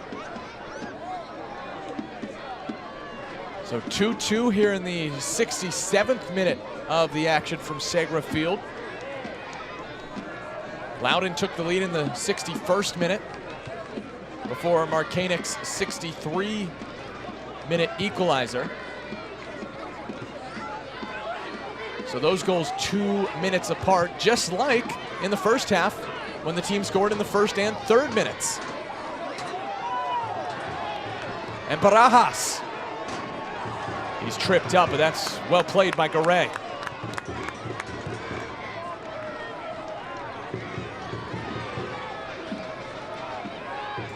Incredible that both sets of goals in this match have come just 2 minutes apart. Both teams struggling to lock it down after scoring. Yeah, you know, rarely you're going to see that. You know, it might not happen again in the regular season. Especially with Charleston. This is a team that was on a 3-match shutout streak. 1-0 win, 1-0 win, 2-0 win. And they've surrendered 2 against Loudoun tonight. Goals from El Medkar and Haggard.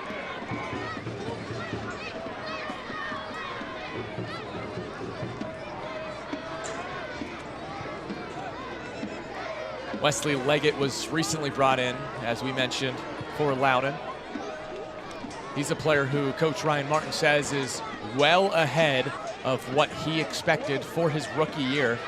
Wesley, the first-year pro out of UConn and St. John's University in New York City, most recently St. John's.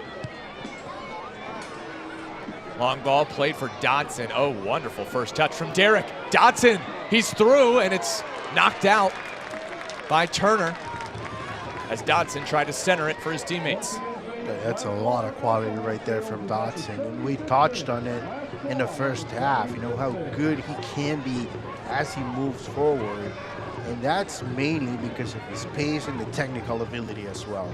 I think Nick Marcanic just stole his, Hugo Farou's water bottle. Because he just took a drink of a water bottle behind the goal, and I have a feeling that's not his water bottle. I think that's Hugo's.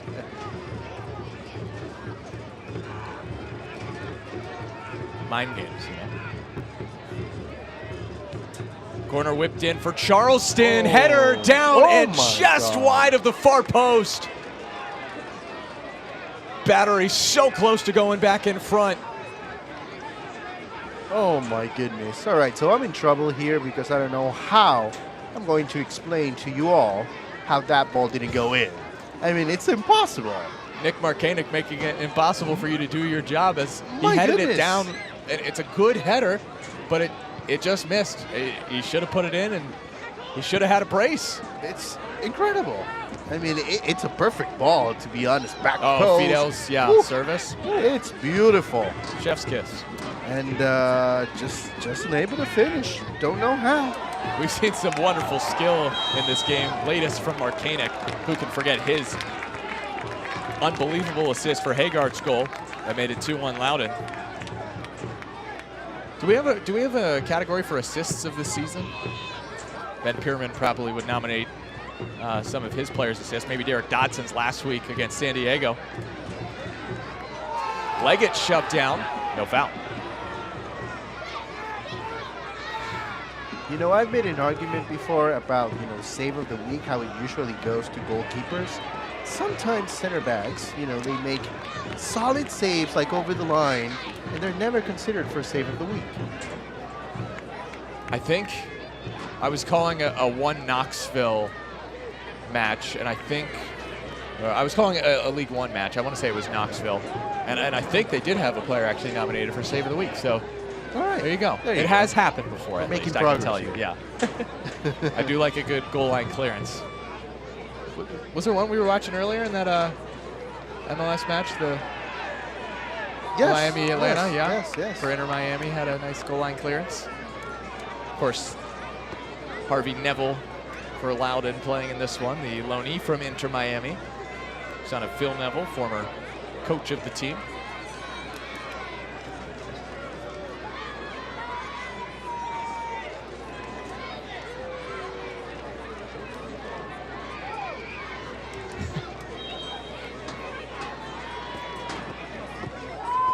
Free kick lofted in.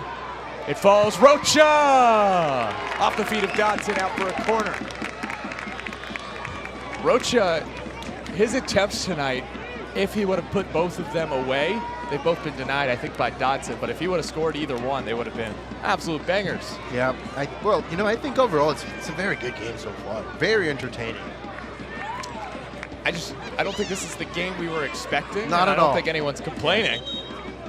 Charleston liked to be a bit boring, and this one has been anything but that. Battery couldn't put their grips on it, and Loudoun took advantage, but then the Battery still found a way to get back in it with that Marcanic goal in the 63rd minute to equalize and make it 2-2.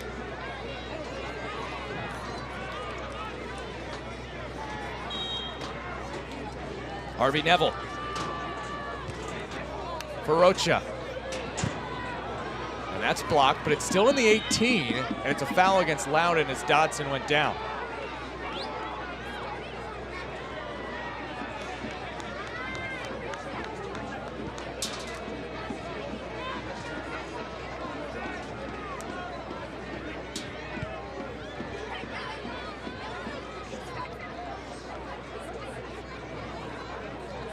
Loudoun with 2 goals tonight, their most since their 3-0 victory over Las Vegas Lights. That was their last win. They're hoping to add 1 more and get 3 points, whereas Charleston are just hoping that they can find a winner and somehow pull this wacky game out and continue to improve their spot in the table as it stands, because Tampa Bay has not started their game quite yet. Actually, they've just kicked off against San Antonio. So if you look at the table in the East, Pittsburgh and Miami 0-0 at the half. Tampa Bay just started, and Charleston and Loudoun are tied, so each team with a point so far tonight, and therefore it would remain Pittsburgh, Tampa Bay, Charleston, 1, 2, 3 in the East.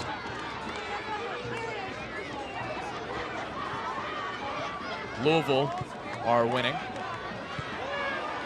but they're a little ways behind. El Medcar feeds Haggard, and that's a heavy touch. Leggett trying to race it down. Love the effort from Wesley Leggett. New Jersey native. Came off the bench and scored in that 3-0 win at Las Vegas Lights on August 12th.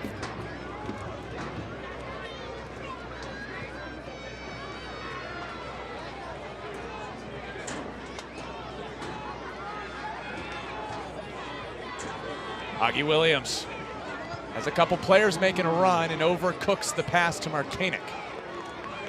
Loudoun dominating the second half thus far, outshooting Charleston 4-1. That was a great idea by Augie Williams, by the way. You know, everybody expected the ball to come to the right side with Barajas, but it was just too strong. But a great idea and a great ball through. And if he's able to connect there, it's basically a 1v1, and even with Barajas making the run on the right side. Oh, this is pretty. Muse comes out to claim it, though. Gives El Medcar a little bump, probably trying to get in his head, knowing that he's already on a yellow. And it was with that last ball for Charleston, almost like, okay. Haggard. Kawanda's down behind the play. Haggard loses out to Leland Archer. Barajas for Dodson. Well, you know, last 15 minutes of the match, always very tricky for young teams because, you know, the young legs are not there anymore. You know, they're quickly to recover, but they're human. So 75th minute, they have to start slowing down, and that's where you start, you know, seeing mistakes even without the ball. So you have to keep the concentration. This is where the challenge really starts for Loudoun in this game. I think with probably a more experienced team, you get a 2-1 lead and you're able to control the match a bit more. I don't think Loudoun has those veterans, those players yet to do that. Dodson trying to cut it back. It rolls out. Turner says goal kick, and that is the call. Can't watch the match? Turn on Sirius XMFC 157, North America's only 24/7 source for engaging soccer talk, including USL All Access Tuesday nights at 7 Eastern.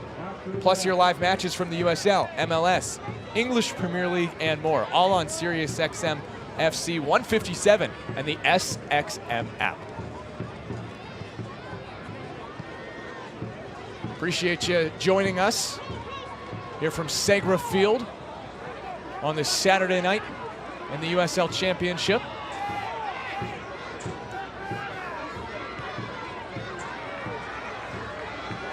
Nice ball down the right-hand side for Harvey Neville.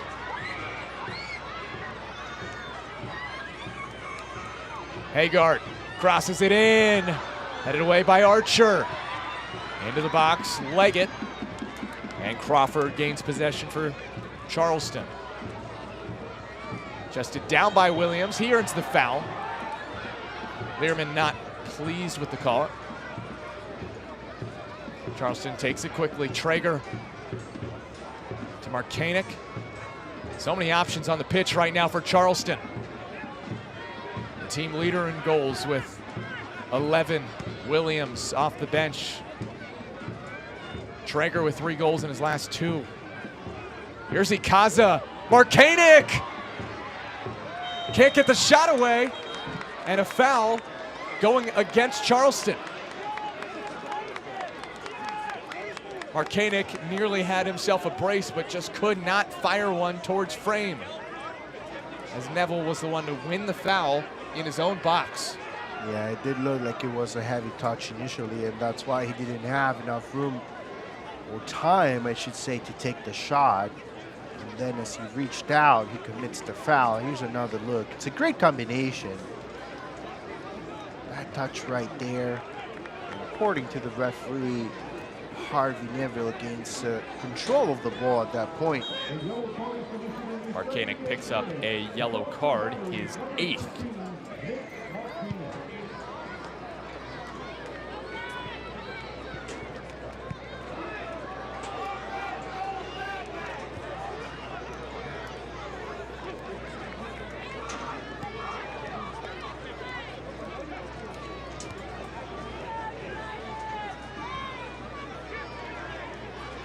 Garay out wide right.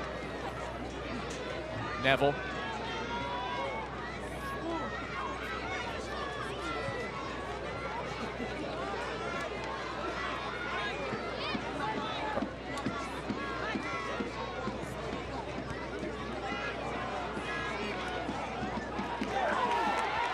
Bit of a pull there.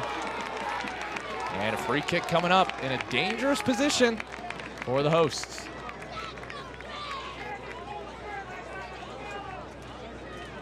Again, this is an opportunity for the home side, and Ryan Martin, right after the foul, calling his team to slow down, to calm down, to take their time as they try to execute a set piece here. Loudoun has only scored 6 set-piece goals. That is the fewest in the USL Championship. But Harvey Neville adds an element that they didn't have before to these set pieces. Can he provide a good service here? Muse climbs the ladder and handles it. By the way, that yellow card for Nick Markanek unfortunately will result in a 1-match suspension because it is his 8th of the season. Fortunately for Charleston, they've already secured a playoff spot. They have other attacking options. And if you want a player to get suspended because of accumulation, I think it's better to have it late in the season before the playoffs. Well, old school players will tell you, this is the time to do it. And, I've seen it happen before, not in USL Championship, but, in other places where, you know, players will actually go into a match looking for a yellow card so that they are clear and they know they can move forward the rest of the way without, you know, having the problem of getting one more yellow card and, you know, missing a match. Turner unable to clear, and, well, scratch that, he does. So, don't think that was intentional, but it works just as well as an intentional yellow. Yeah, you'd rather have it happen now Yeah. than, you know, later on.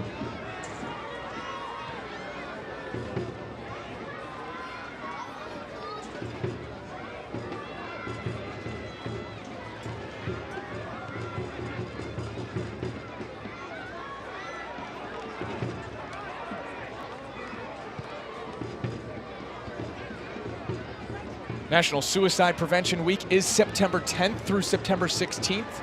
To support the mental health of our communities, the USL has partnered with the 988 Suicide and Crisis Lifeline.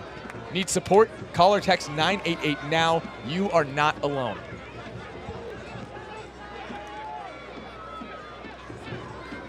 Two-two game, 82nd minute. Here from Segra Field in Leesburg, Virginia, Loudoun County, just outside of DC. And Loudoun United have never won against Charleston at home. In by Hagart.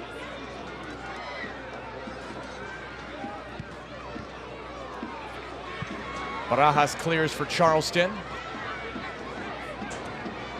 Augie Williams, just back from international duty with Sierra Leone. Kawanda helps out, and Loudoun's able to clear. Just saw the scoring summary a second ago. First minute goal, Tristan Traeger, his third in his last 2 matches.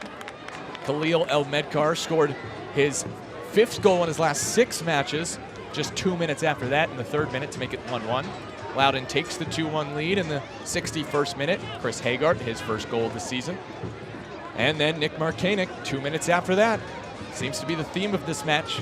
63rd minute goal to make it 2-2 for the visiting side. As we look again at the collision between El-Medkar and Dodson. Maybe a bit of a boot to the face. Dodson again draws plenty of contact. Like Jose said, he likes to march forward and track back, so he's always immersed in the action.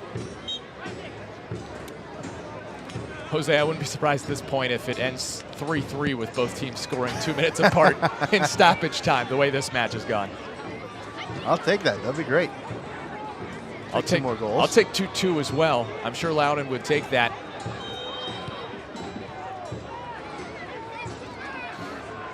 The USL is celebrating Hispanic Latino Heritage Month with stories, events, and more, bringing to life this special celebration across the league. Go to uslsoccer.com/Hispanic-heritage to learn more. Celebrating the Hispanic and Latina community in the USL. Several teams around the league have already had their Hispanic Heritage Nights before this Hispanic Heritage Month. I know Union Omaha had theirs in USL League One.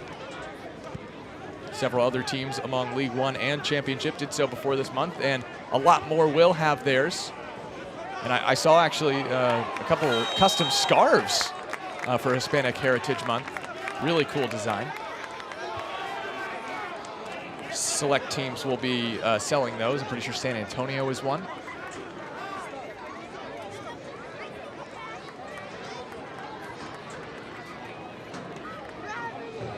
Free kick for Loudoun.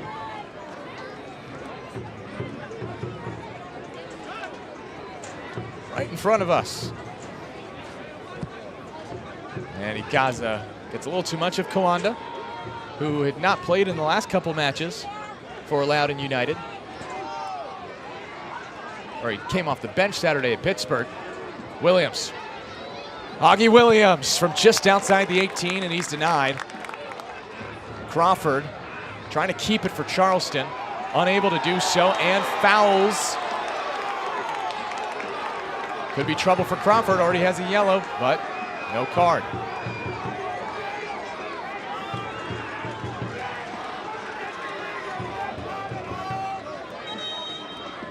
And a yellow card does come out, but that's against Loudoun, I'm pretty sure, for dissent.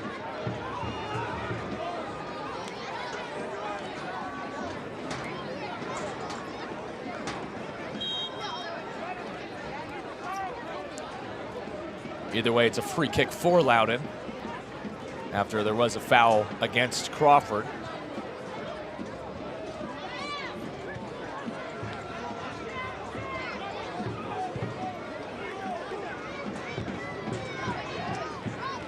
Jose, this was straight up not how the match at Charleston went between these two sides. That was 3-0, and there was a red card in that match. Yeah, I think it's a completely different match than what we expected, and all credit goes to Loudoun. Oh, knocked down in the box. It's Leggett. No foul. Yellow card for dissent for Loudoun was on the former Battery man himself, Hugo Farou. Seems like the keeper for Loudoun not too happy with the lack of a yellow card. Would have been a second yellow. Ikaza has space. Oh, weaves through traffic. Ikaza. Harvey Neville. Wow. Playing out from the back. And Leggett wins a foul and a yellow coming out for Charleston. This is Palma. He was not in danger of being set off with a second. Not like Crawford was. It's a smart foul there. Yeah, that's a professional foul. Tactical from Palma. Yep. He just needed to do that. Painful too. Yep.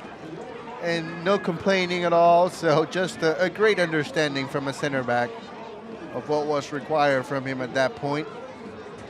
Those are the yellow cards that you're okay with.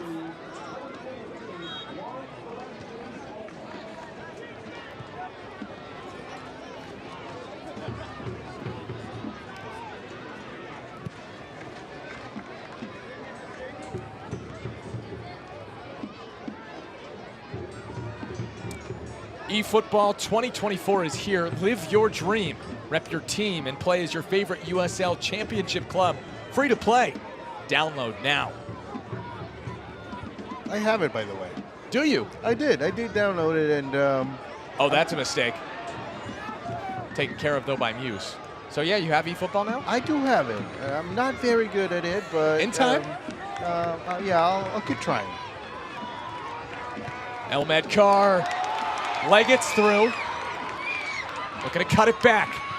He does, and it's poked out. Neville. Garay for Haggard. Whips it in, headed away by Leland Archer. Oh, great bit of skill there from Markanek. He does not win the foul though, and Neville has space from distance, lets it fly and sails it.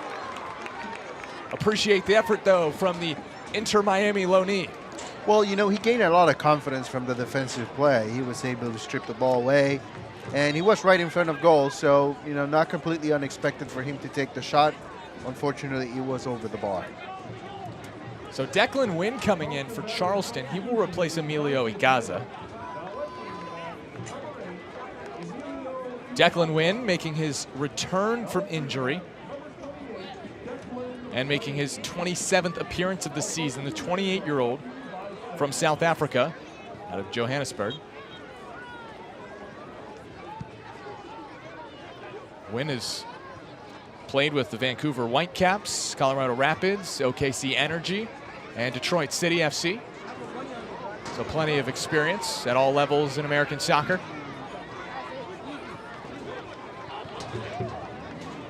Four added minutes.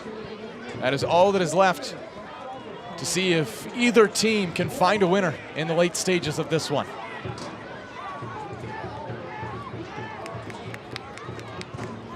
It's hard to tell who benefits really more from a point from this one.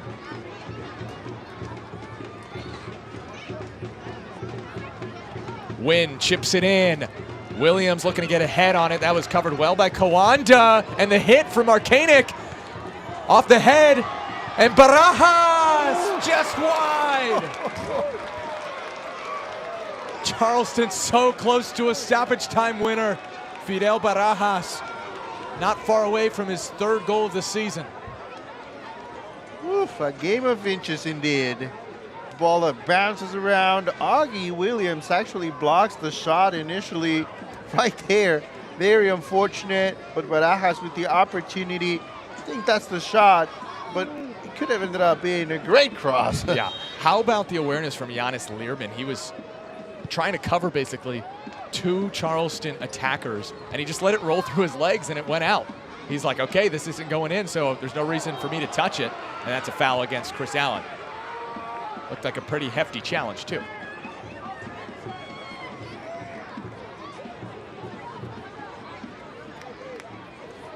I think you can look at it both sides of the coin.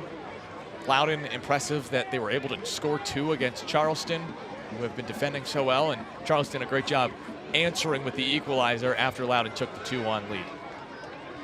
Still time, though, for 1 more, or 2, the way this match has transpired.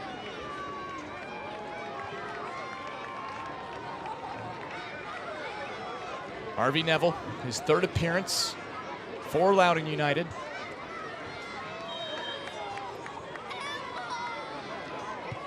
In with the free kick. Archer ahead to it, and it's a foul against Loudoun as Martinic fell down. Charleston trying to take it quickly. Alex Builder making sure that didn't happen before she was ready. Trey Muse urging his team on. Muse, the 24-year-old keeper from Louisville, Kentucky. For Charleston, this would be 29 points away from Patriots' point this season. Came in with 28, leading the league away from their home stadium. Trying to add 2 more, though, and get all 3. Allen. Into Williams. Barajas off his chest, and Kawanda does well to knock it out of play. Great ball. Probably looking for Augie Williams initially, but Barajas ends up with possession. Great recovery that time defensively. Remember the last corner that Fidel Barajas took from this side was a brilliant delivery. This one whipped in, and the header just misses from Leland Archer. We're talking about save of the week. There you go. There's a nominee right there. Another good service from Barajas. The header. Oh, wow. Goodness. From point blank range, Hugo Faru against his former club.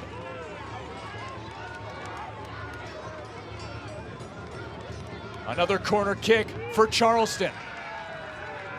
Back to Barajas. Crosses it in. Far post. And a foul against Charleston. We will stop play for a head injury. That will prolong this match for the time being, but it looks like Loudoun might have just earned a point at home against Charleston thanks to the former Charleston keeper and Hugo Faru.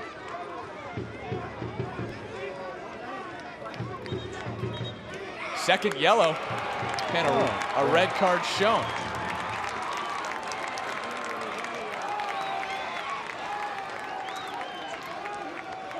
So because of the dissent, second yellow is shown, so we're getting confirmation on who was sent off. From the body language, it seemed like it was someone on Charleston.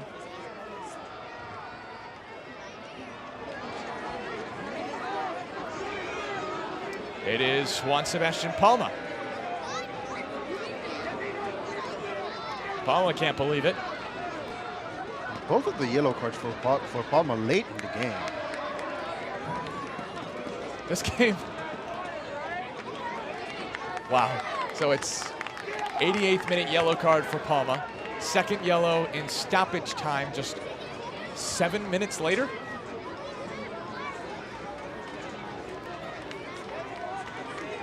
So yellow turns red for Palma, and the Battery will have to play down a man for however long this game lasts afterwards. But this game has had it all, Jose. We had goals in the first and third minute for Traeger and Elmedkar, and then Loudoun took a 2-1 lead in the 61st minute thanks to Hagart, his first goal for Loudoun. Marcanic equalizes just 2 minutes later, and now there goes down the tunnel Juan Sebastian Palma. Spent his past 5 seasons with Colombian top flight Once Caldas. Colombia native sent off in stoppage time of this one. And to shore up the defense, AJ Cochran will make his 17th appearance. 30-year-old from St. Louis, Missouri, will replace Nick Marcanic, who is the hero as of now for Charleston in terms of rescuing a point on the road, thanks to his 63rd minute equalizer. Marcanic out, Cochran in. One more shout out to our crew tonight. Our producer, Ryan Rose, director, Redo Sejo, and replay operator, Santiago Guzman, as well as our audio engineer, Raul Felipe. Thank you to Hunter, Matt, and JD on camera, holding down the fort in Loudoun County. Do we have a winner in the cards? We have a foul going the other way. And a free kick coming for Charleston. And Trey Muse, if no one else, is aware of the stakes of this moment for Charleston, because if Charleston can snatch a winner here, they could maintain their spot in the table or even improve it, depending on other results.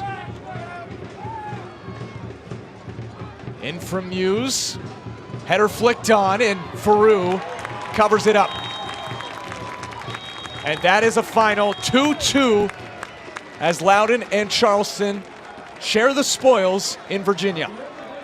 Well, a very well-played match for both sides. I think for Loudoun, a great opportunity to continue to grow, facing one of the top teams in the East and providing a challenge to them. I think that's a very good sign. And for Charleston, you know, they went down in the second half and they were able to come back. So just a great atmosphere as well, and another building block for Charleston. Obviously, this is not what they needed in terms of looking to get first place in the East, but they're still in the mix and they'll have more games. Post-game show tonight is presented by Segra as these teams settle for a 2-2 draw in Loudoun County. First, let's take a look at the save of the match, which is brought to you by Segra. And it's none other than the former Charleston Battery keeper, Hugo Faroux, denying the winner for Leland Archer. Man, what a save that is. It looks incredibly hard to do from here. You can only imagine once you're on the field and you have basically a second or two to react. Just an outstanding play from Hugo Faroux. Teams trading goals in the first and third minute, and then Hagart getting the 2-1 advantage to Loudoun with his first goal for Loudoun.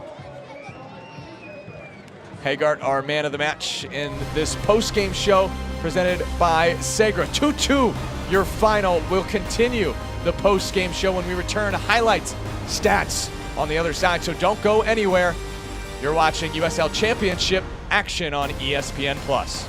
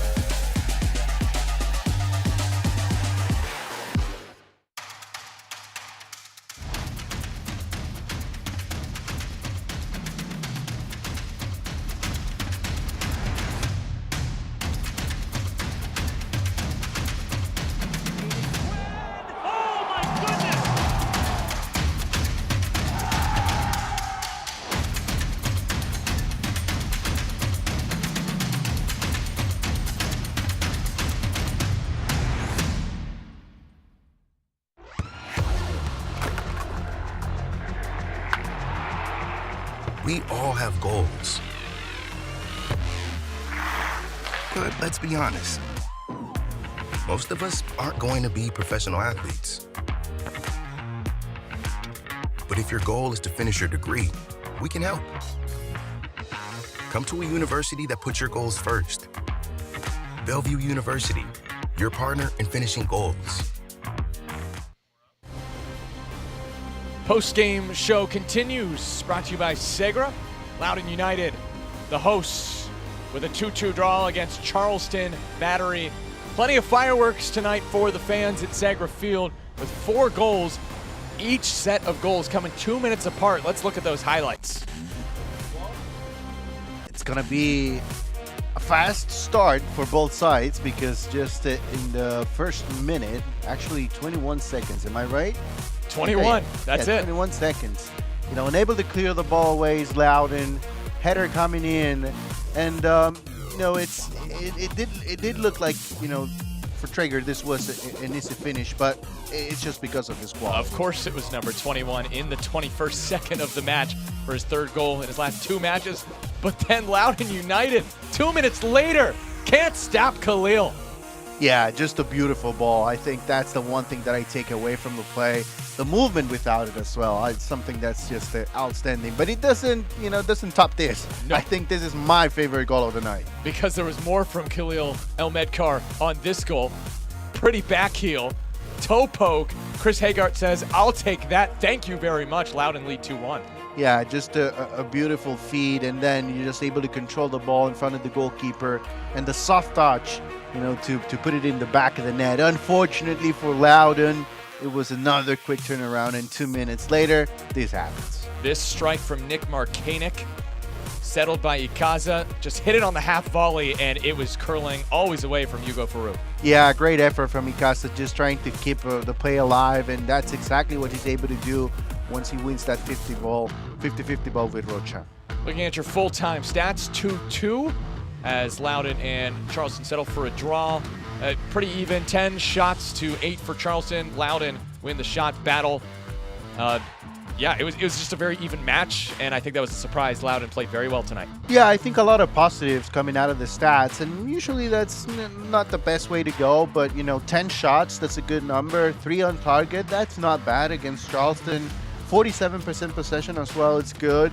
Maybe the one thing that you want to slow down a little bit is the yellow cards, but other than that, you know, a good performance for Loudoun. Again, it's not only about 2023 for them, it's about looking forward. And then for Charleston, it's San Antonio over Tampa Bay, 1-0 right now. So that means Charleston at this point moves up to 2nd in the table with that draw, 2-2 between Loudoun and Charleston. Thanks to the whole crew. And for Jose Rodriguez, I'm Nevada Coling saying have a great night. Thanks for watching USL Championship Soccer on ESPN+.